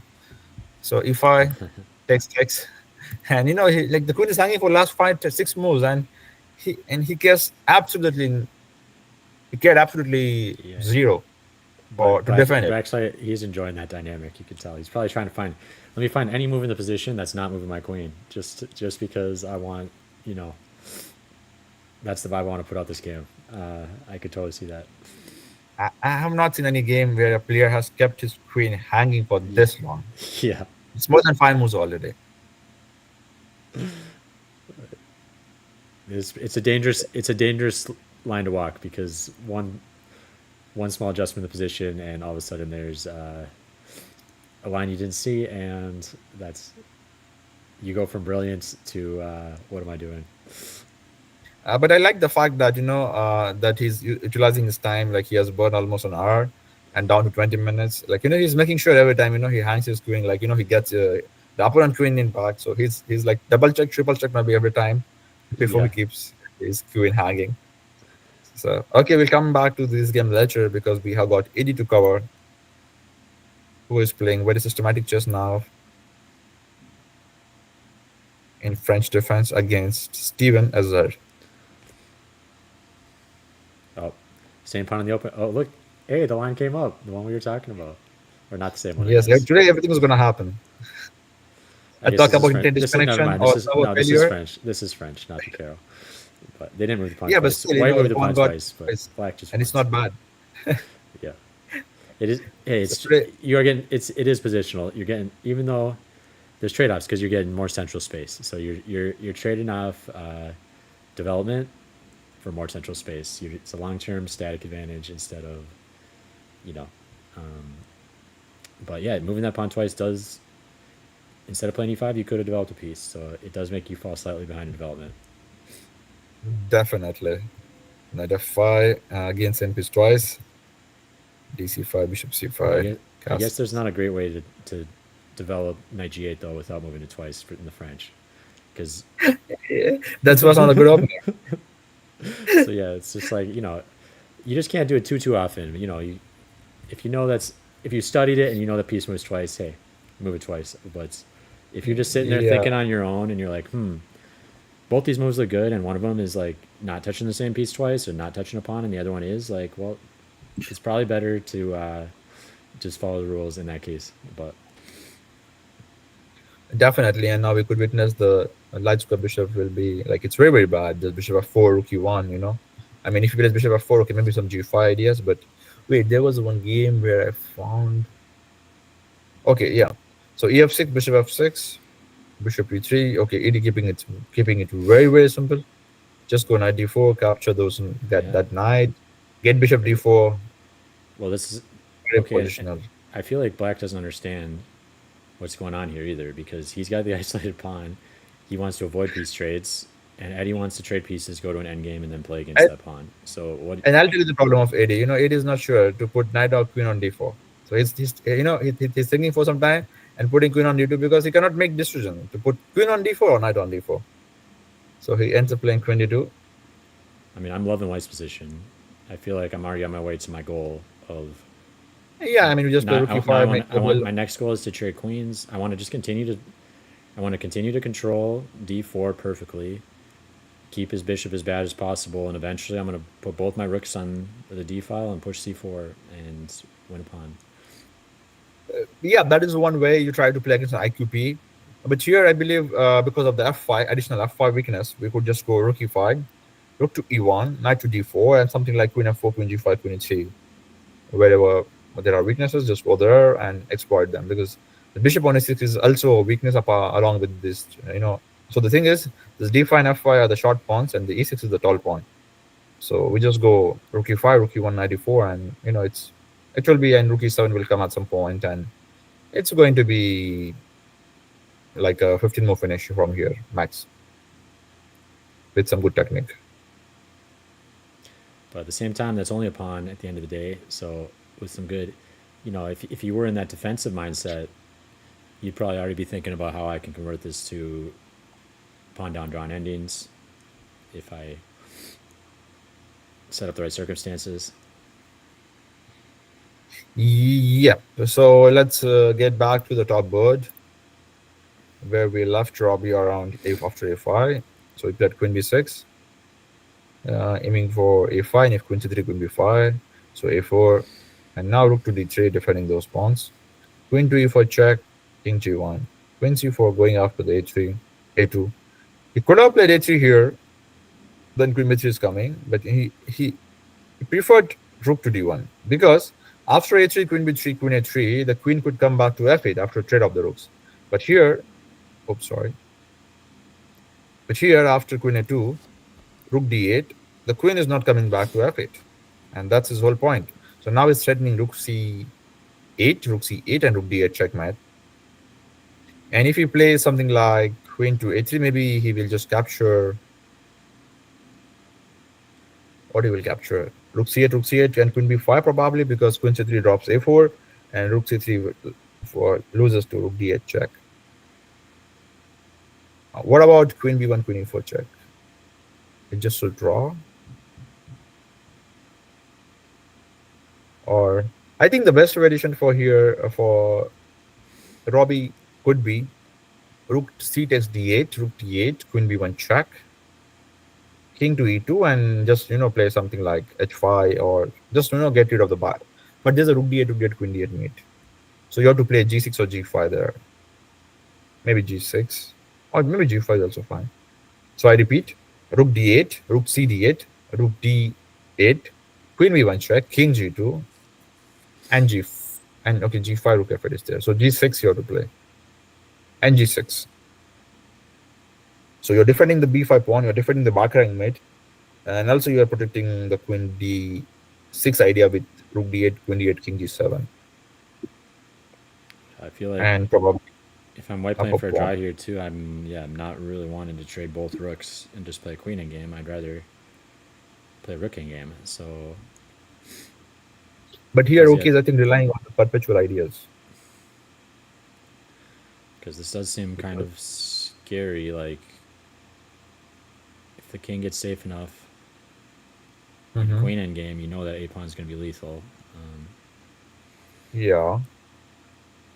Because you're not going to be able to do tricks to stop it from advancing. So I think Robby is going to take some time because he has got multiple options.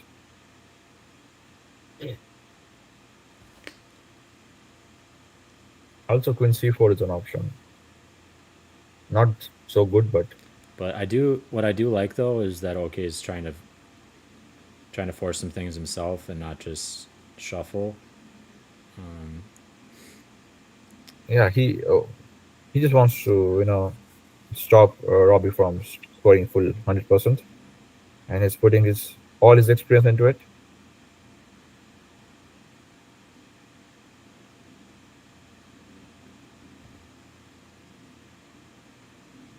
I mean, it's looking double-edged enough that I'd probably favor Robby now just based on his rating. But yeah. Oh wait, so yes, Jordan did win the game with like 1 out 24, maybe 25. He doesn't resign here. Starting with guys 75 minutes and ending the game with 85 minutes. That's Jordan team for you guys. Yep.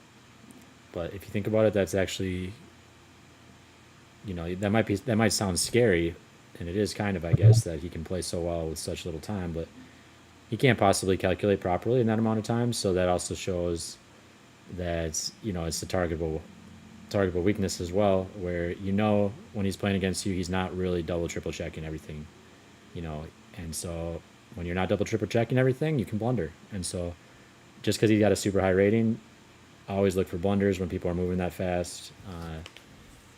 Always look for a little bit less forcing moves, right? Leaving a piece on pre and making a different move, right? Because there's no way they calculated that. They calculated the clear recaptures and stuff like that maybe quickly, but yeah. So I actually get confidence when it's a little bit scary because they're pressuring your clock, but I'm also like, they're not calculating properly. So it makes me, I feel like, play better because I'm like, okay,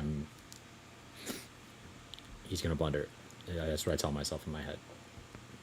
Yeah, and last time we left this position, we had queen hanging, but not anymore, because finally, uh, we have got.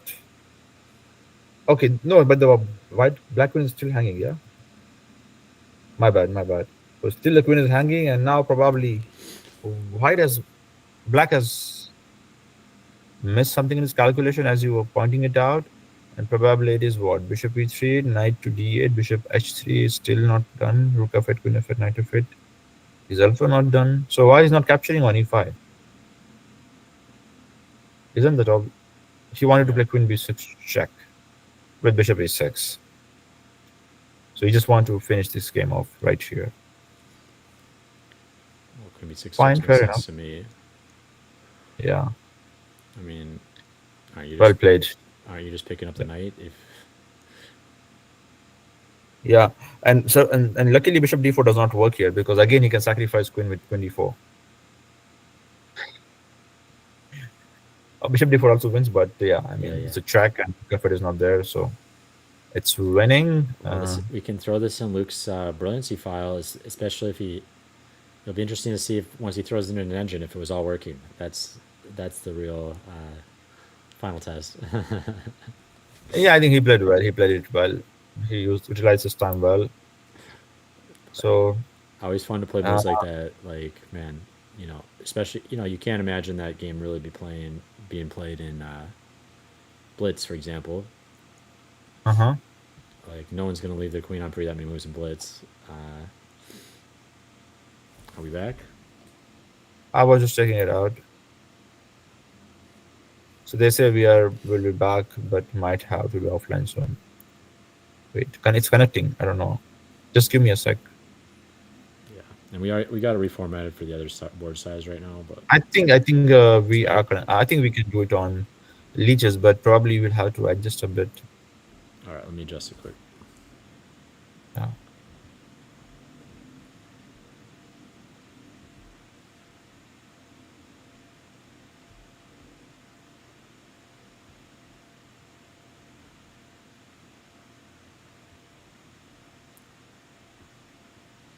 So we just back up and operating. Had an outage for a bit.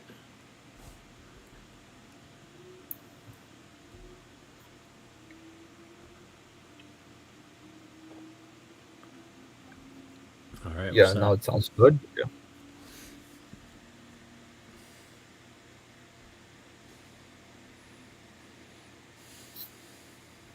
So yeah, queen e4, and this is the live position. Rook d1, and he has captured queen takes e2 Crazy. because he cannot capture on c8 because d1 is hanging with a check. Okay, so what about And if you are bishop check? mischeck, means you are lost the game.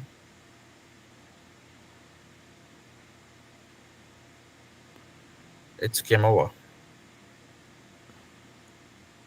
And I guess what about rook takes f8 followed by rook d8? Yeah, and he's walking already. He has done the calculation part.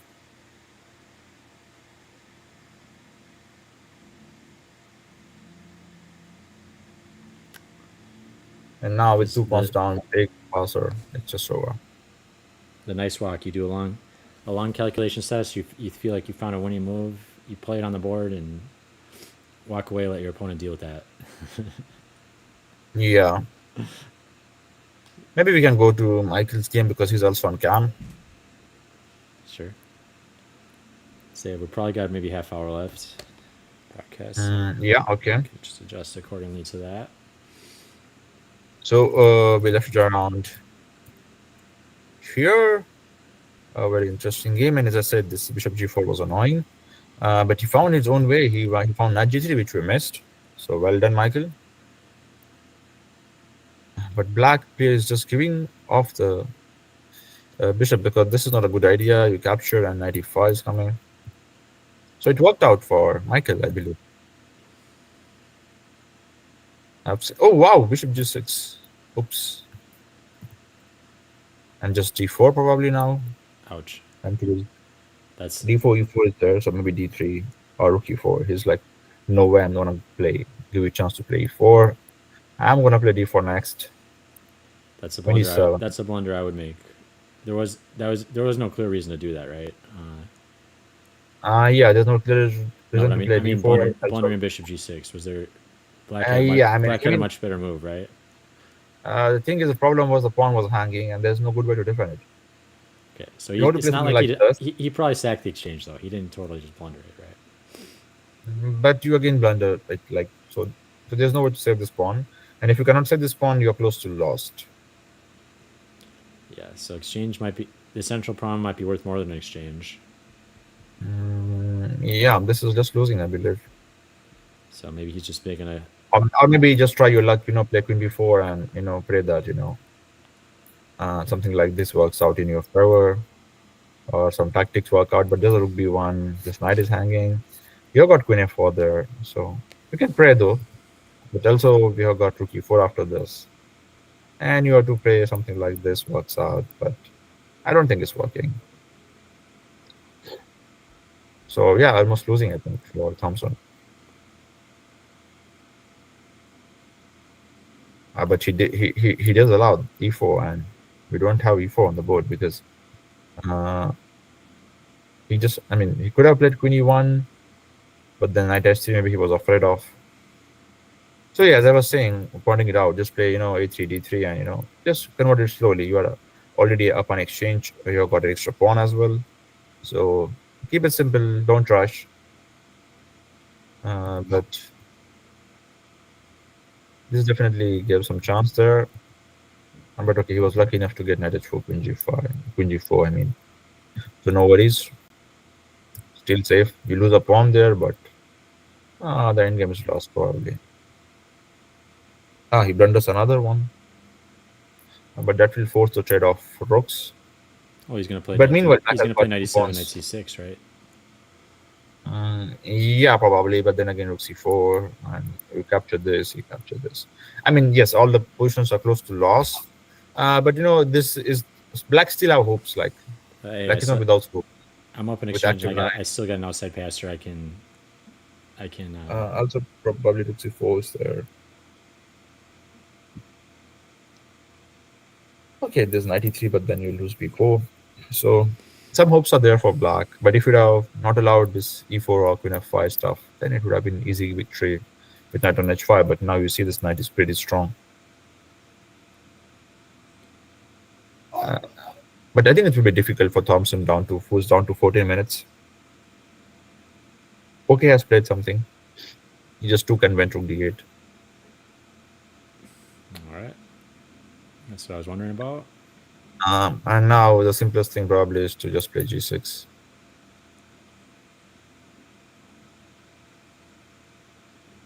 Okay, and there's no perpetual raise there? No, just check, and we have got e5 as well. Okay, e5 is a nice resource. Yeah, and he played it instantly. I think it's close to reasonable. Ouch. So, okay, I was complimenting him for initiating the decisive action himself, but it turned out that it was initiating it into a losing position.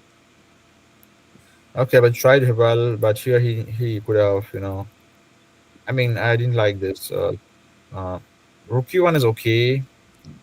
Or honestly, I would have loved something like queen s6 and going for 3 versus 4. I mean, hoping for that end game and just making draw, because anyway he was not playing for win anymore. So this was a good idea to just get queen s6, a4, c4, get rid of those p pawn, and just get this 3 versus 4 end game, and you hold that. Would have been more professional approach. But with a5 coming in, a4 coming in, the pawns are not quite strong. The weaknesses are obvious. Makes the life difficult for white.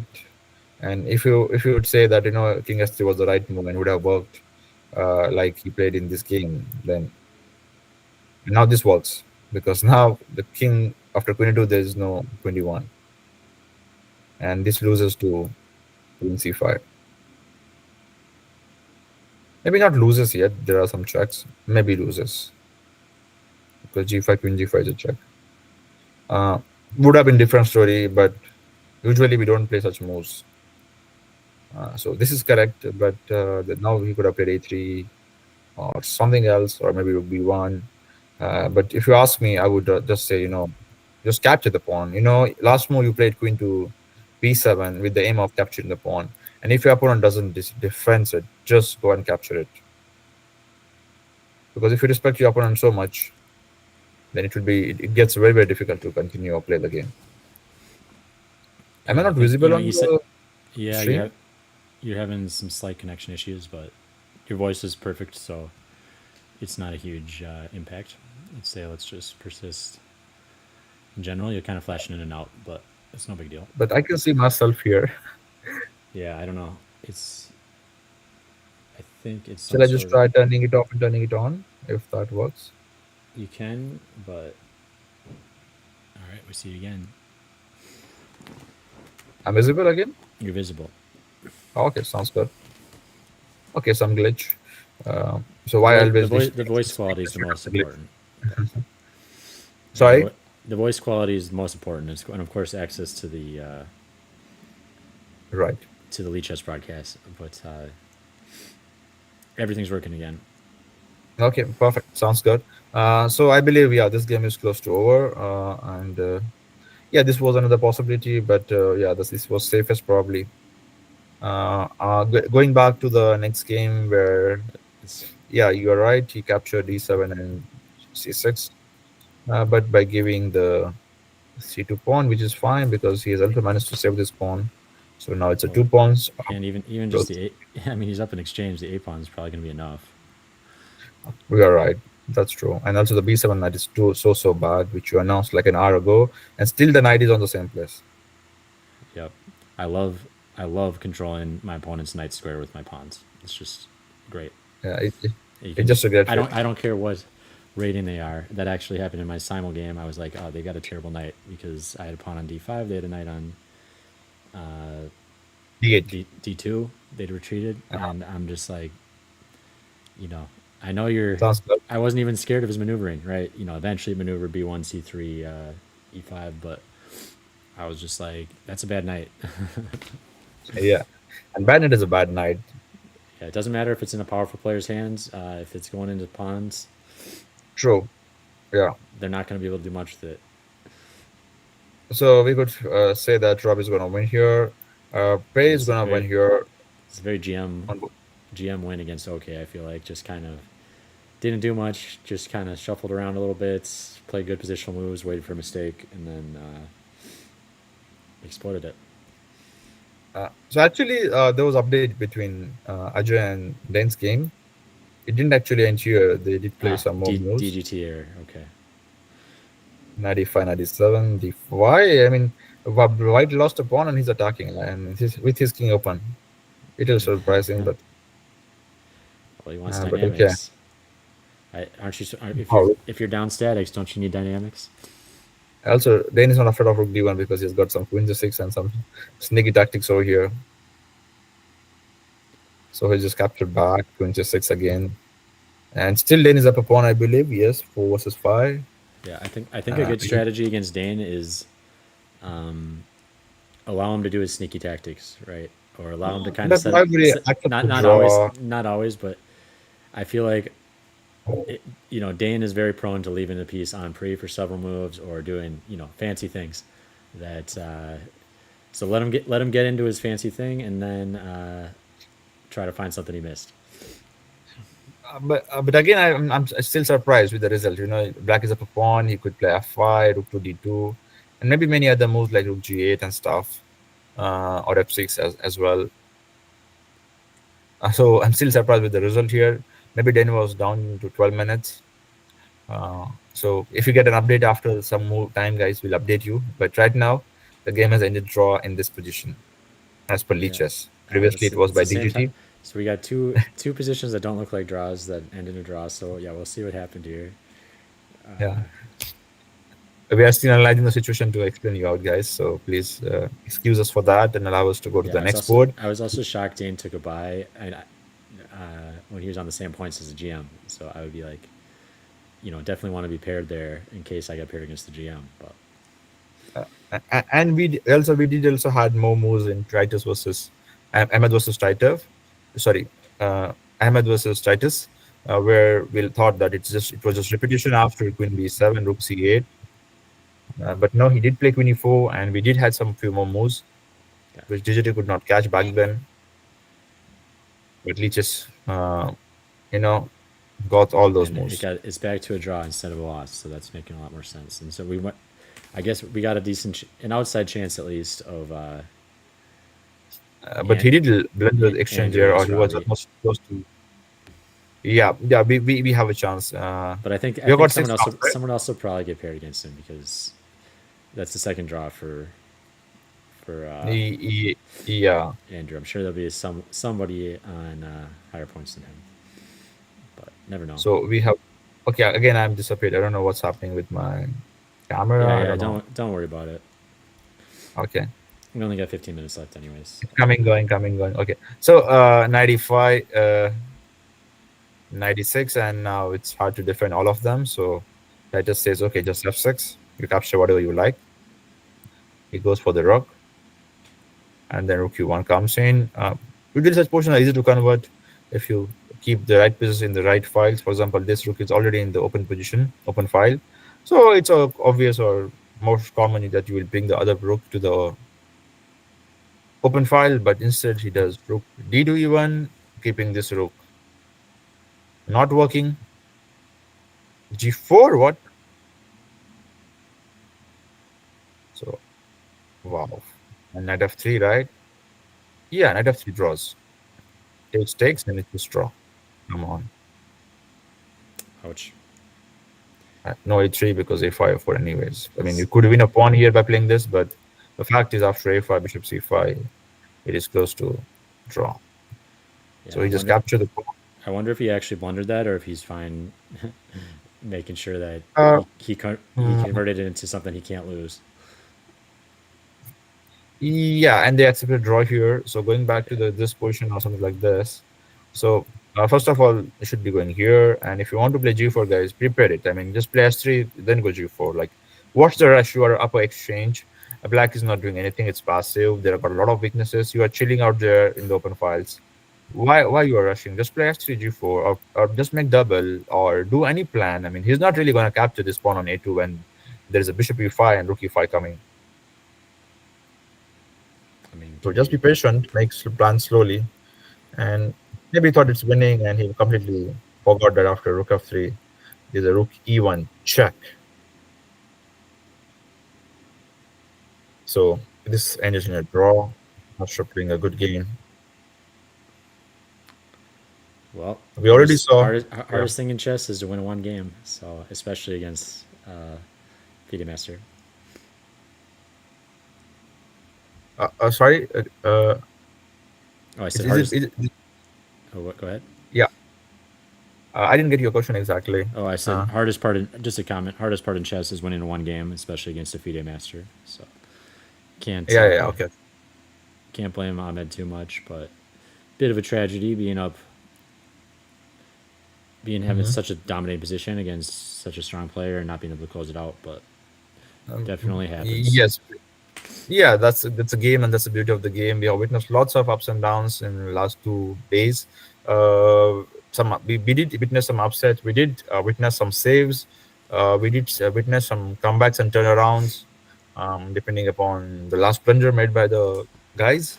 So, guys, what matters is if you're fighting till the end, you still have got chance to save some points, split points, or even get a full point. So keep fighting until the end. Like Chess isn't for quitters. yeah, so I put that energy out no matter what the position looks like. It's treated like a puzzle. uh-huh. Yeah, okay, so let's go to this game. Ran is down to 2 minutes, but Josiah is having 41 minutes, I think. So in such cases, what you would do, Chris? Like, would you think for like long time, or will you just try to play on your opponent's time? From what perspective? Just in general, or In general also, and against Rian also, if yeah, you know yeah. him. My personal thing is I just ration my time like a gas tank or whatever, and try to make sure Mm-hmm. no matter what, I always want a blunder check. So need a little bit of time for that. But which Yeah, my version of blunder check is I lock in the move in my mind, and then I look at every single check and capture makes sense. possible against my final decision. But I don't know. I don't mostly think about the clock too much besides managing my own time. Mm-hmm. It depends on the position, yeah, and how much calculate. Also, calculation is my weakness. So if there's a lot of calculation going on, even if it's fairly simple, I'm probably spending a lot of time. If it's a more positional position, that's my strength. So I'll probably play a little faster. Okay, sounds good. And what would you do against Rian in this position? Yeah, against Ryan here. So what's the full dynamics? We got 6 pawns against 6, equal Yeah. material. Oh yeah, he's got 2 minutes left. Okay, yeah. Actually, I have another opinion on this. I think it's actually a big mistake to play against people's clocks.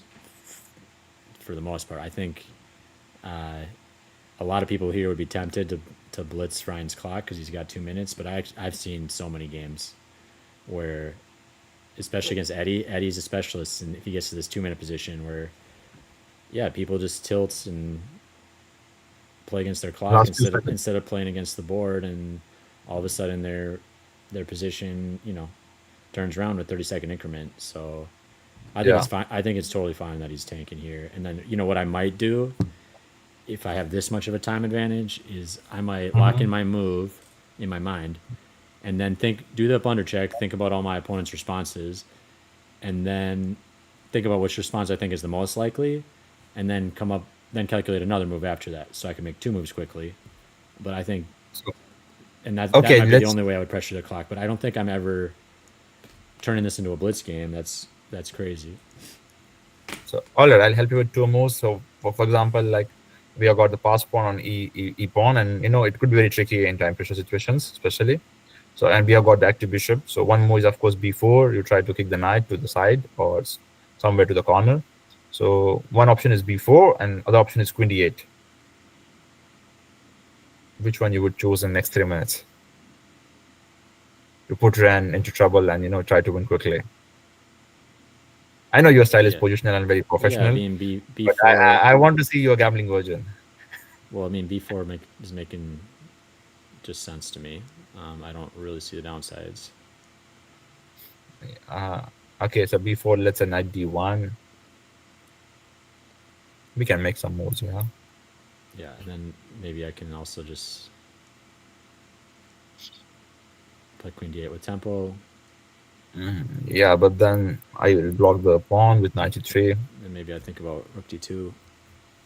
Yeah, that's the blunder, as you said. You this time you forgot to check for checks Yep, and f7 knights. yep. Okay, already blundering my f7 pawn by playing queen d8. So yeah, can see why I don't rush these things. Yeah, so I'm checking there for you. I'm checking checks for you there. So let's try now queen e8, and queen e8 could be a tricky because then you're threatening b4 and backhand mate. So there might be a3, but again you can play a5 and something like this. So I think okay, your opinion about queen e8.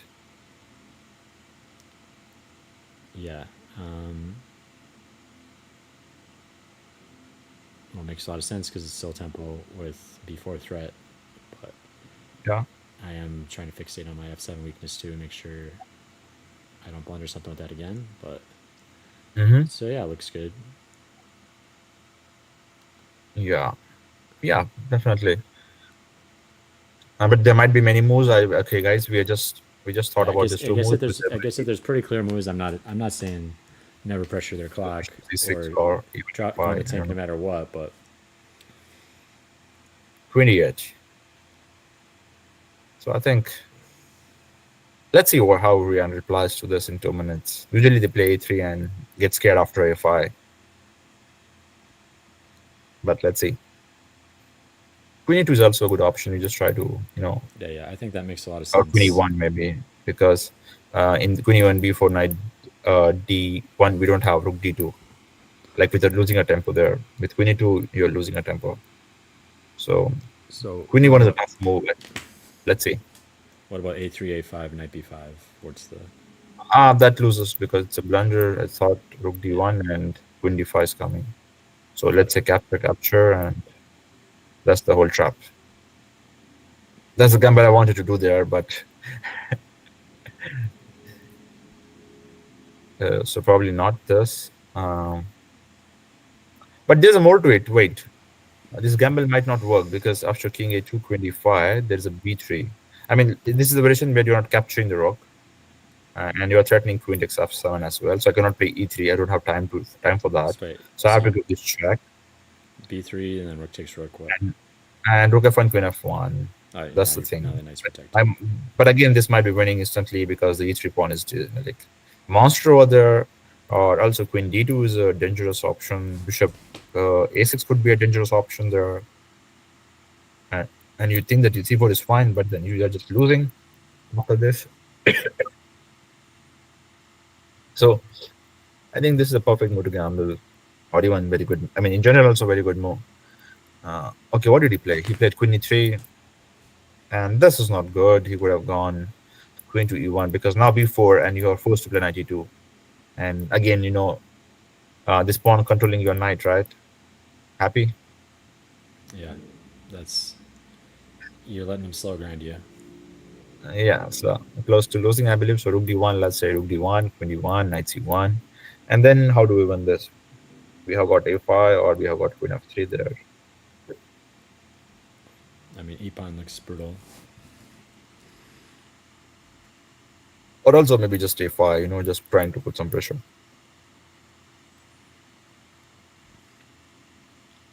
Because we don't have any problems there with queen on e3. I mean, the piece coordination is slightly misplaced. Yeah. Plus, I mean, if this ever ends up in an endgame, I'm loving those kingside weaknesses. Mm-hmm. King c1 could also be an option there. If not rook d1 directly, let's say a5, king c1. I mean, you can imagine in an endgame the king just walking up and taking those pawns. Rook d1. So we are going to witness rook d1, queen d1, knight c1, guys. After that, a5 or queen f3.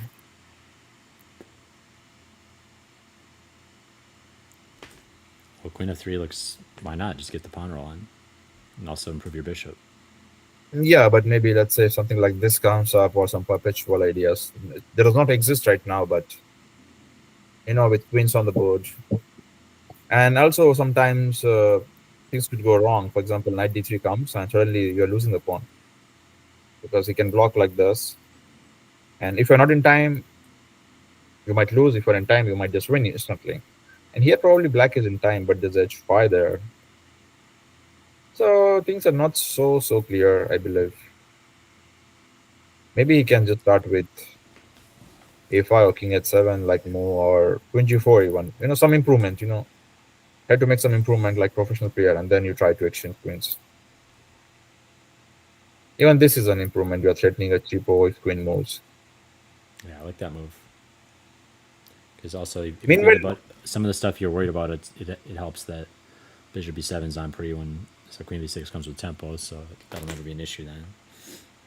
yeah, or in general, just keep pieces, supported. But again, this is a thing, and then you just go for the pawn to queen. But I mean, Anyways, I just wanted to update here that Eddie has drawn the game out of nowhere because he was low on time, I believe. He did find the idea of rook e1, rook e5, but he put the wrong piece here. And again, they said it's a draw here. I don't understand why it's a draw here. It's better for white, but maybe because of time deficiency, Eddie has accepted draw.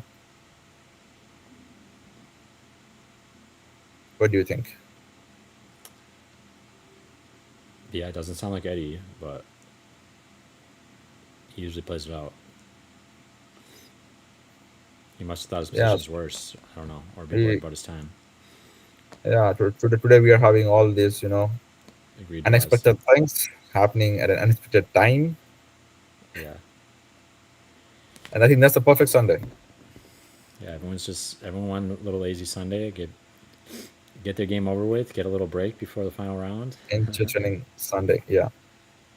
And we do have a result on last board where Luke has managed to finally save his queen and win a game at the same time. Yeah, brilliant surprise for this game here.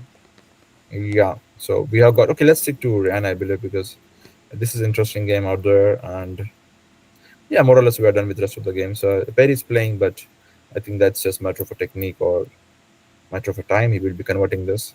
So let's stick to Rihanna, I believe.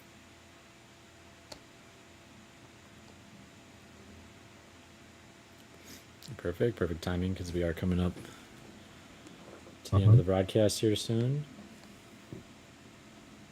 Yeah. Appreciate you guys all tuning in and everyone watching the replay. Thanks for watching.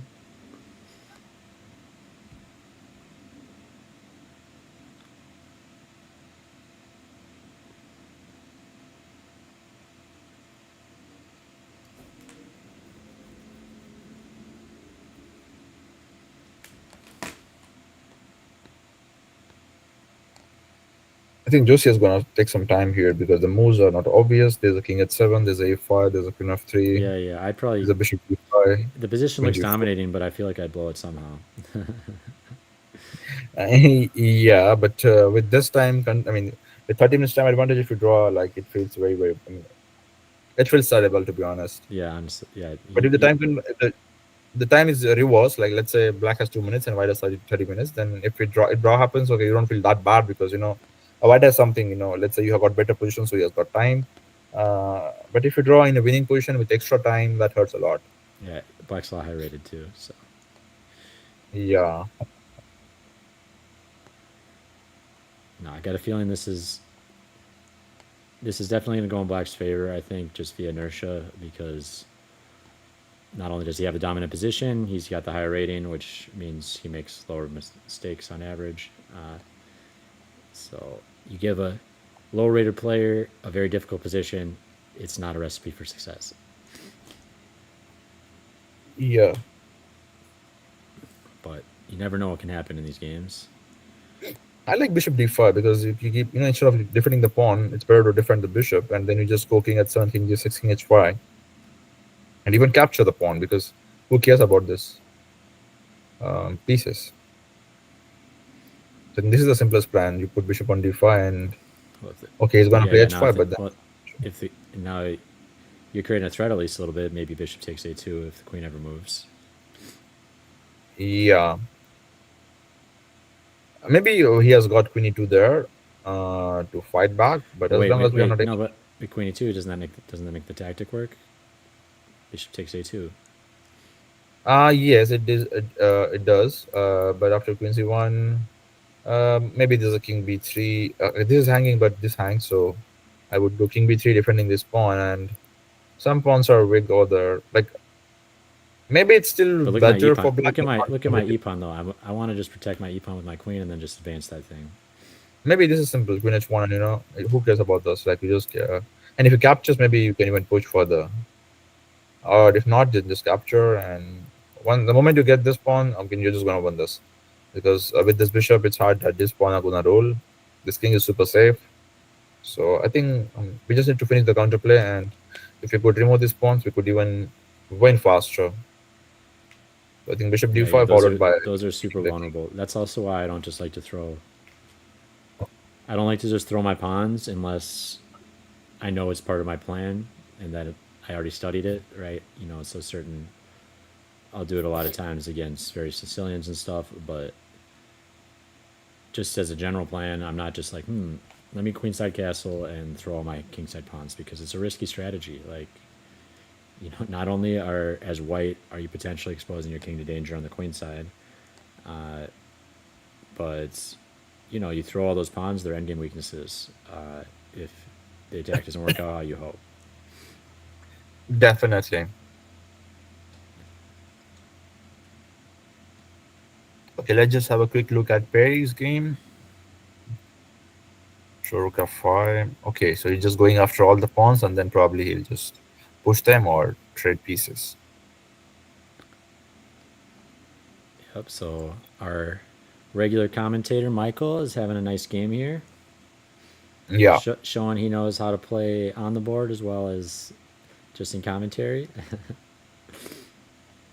yeah. And now he played queen f3, and I'm a bit worried about takes, knight b3, and this knight after coming in. Mm, because after that, the king is going to come here, and if for king gets on, there's h5. So I don't see a clear way how black is going to What about?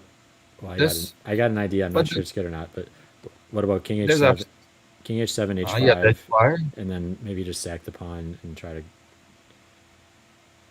That's brilliant. play bishop f3. That's brilliant. We could do that.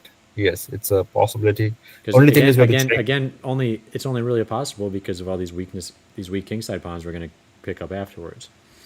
Yeah, but maybe white will also start pushing pawns, and we have to calculate the race. Probably which black will win because of the bishop. But again, it's not one-sided, one-way traffic. It's two-way traffic now, I think. But if black decides with 30 minutes on clock, definitely could win this with still pawn. I mean, it's a tragedy from the position it came from, but at least we got bishop against knight. Pawn's still on both sides of the board. Yeah. Also, this is hanging. So I mean, a little bit more active king and some weaknesses to target on the king side. I could see that working out for black. Yeah. Yeah, for me, I would love to get a kingside passer going as fast as possible because I feel like white's just not going to be able to deal with that. However, I can do that. Yeah, so I think this game is gonna take some time, and I believe all three results are possible, because I think Rand now will be motivated to play for something, as for the first time he has got something to play for. And the moment he gets the king to e3, he will be activated to look for the possibilities if he could get those pawns. Just like now black is looking to get those pawns. He goes for f6, which I thought is an idea. But now takes probably king f7, king c1, king f6, king d2, e5, and maybe he's in time to get e4.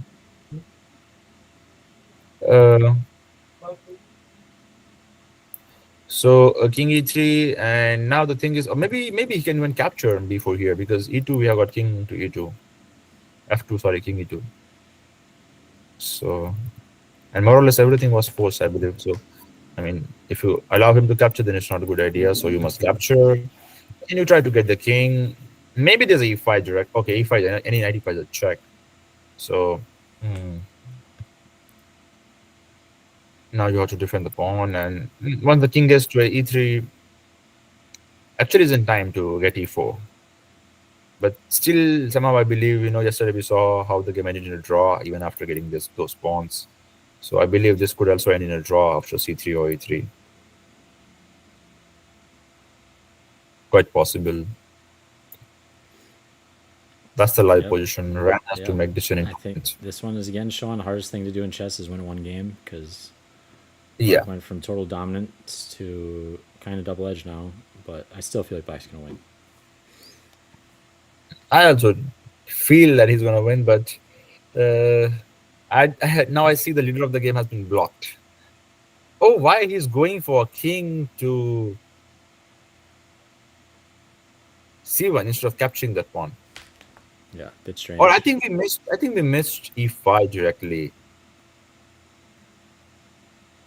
The pawn is after knight e5 is f2, so we can give a check.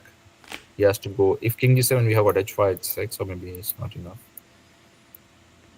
Maybe it's not enough. So the point is, after king c1 d4, it's just losing because f2 is coming.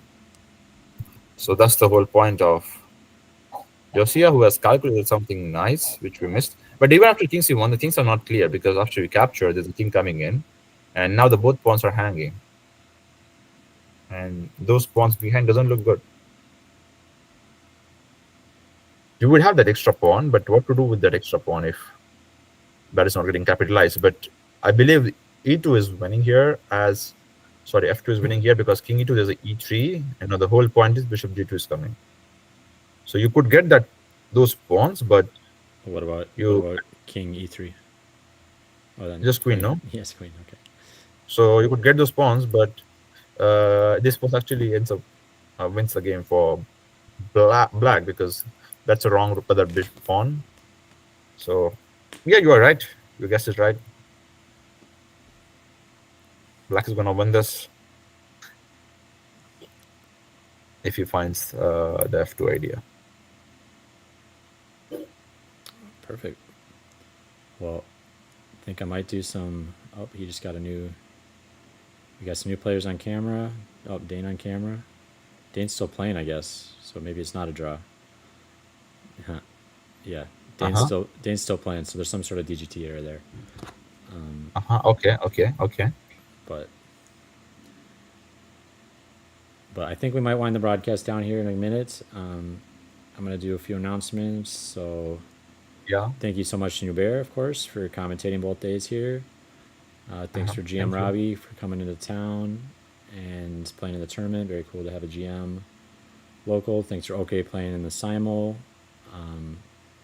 Super appreciate that. Thanks for Dane setting up the broadcast. Really supporting the broadcast, making sure we got the boards and the camera so we can see on site, as well as all the organization he did for the tournament. Thanks to G10, the tournament director, as well as Dan Vojay, who one of the sections is named after, for helping set everything up. And of course, we want to thank Roger Hale, the namesake of the tournament, for helping save our club in general. We all appreciate Roger stepping up so we can all play awesome chess at the club. And yeah, I feel like the event's going pretty well. Last thank you to all the participants and viewers who played in the tournament or attended the training camp. Thanks for helping make this a great event this weekend. Appreciate all you guys. Once again, thank you so much, guys, for joining in, tuning in, and have a great time ahead. Bye. See you. Bye-bye.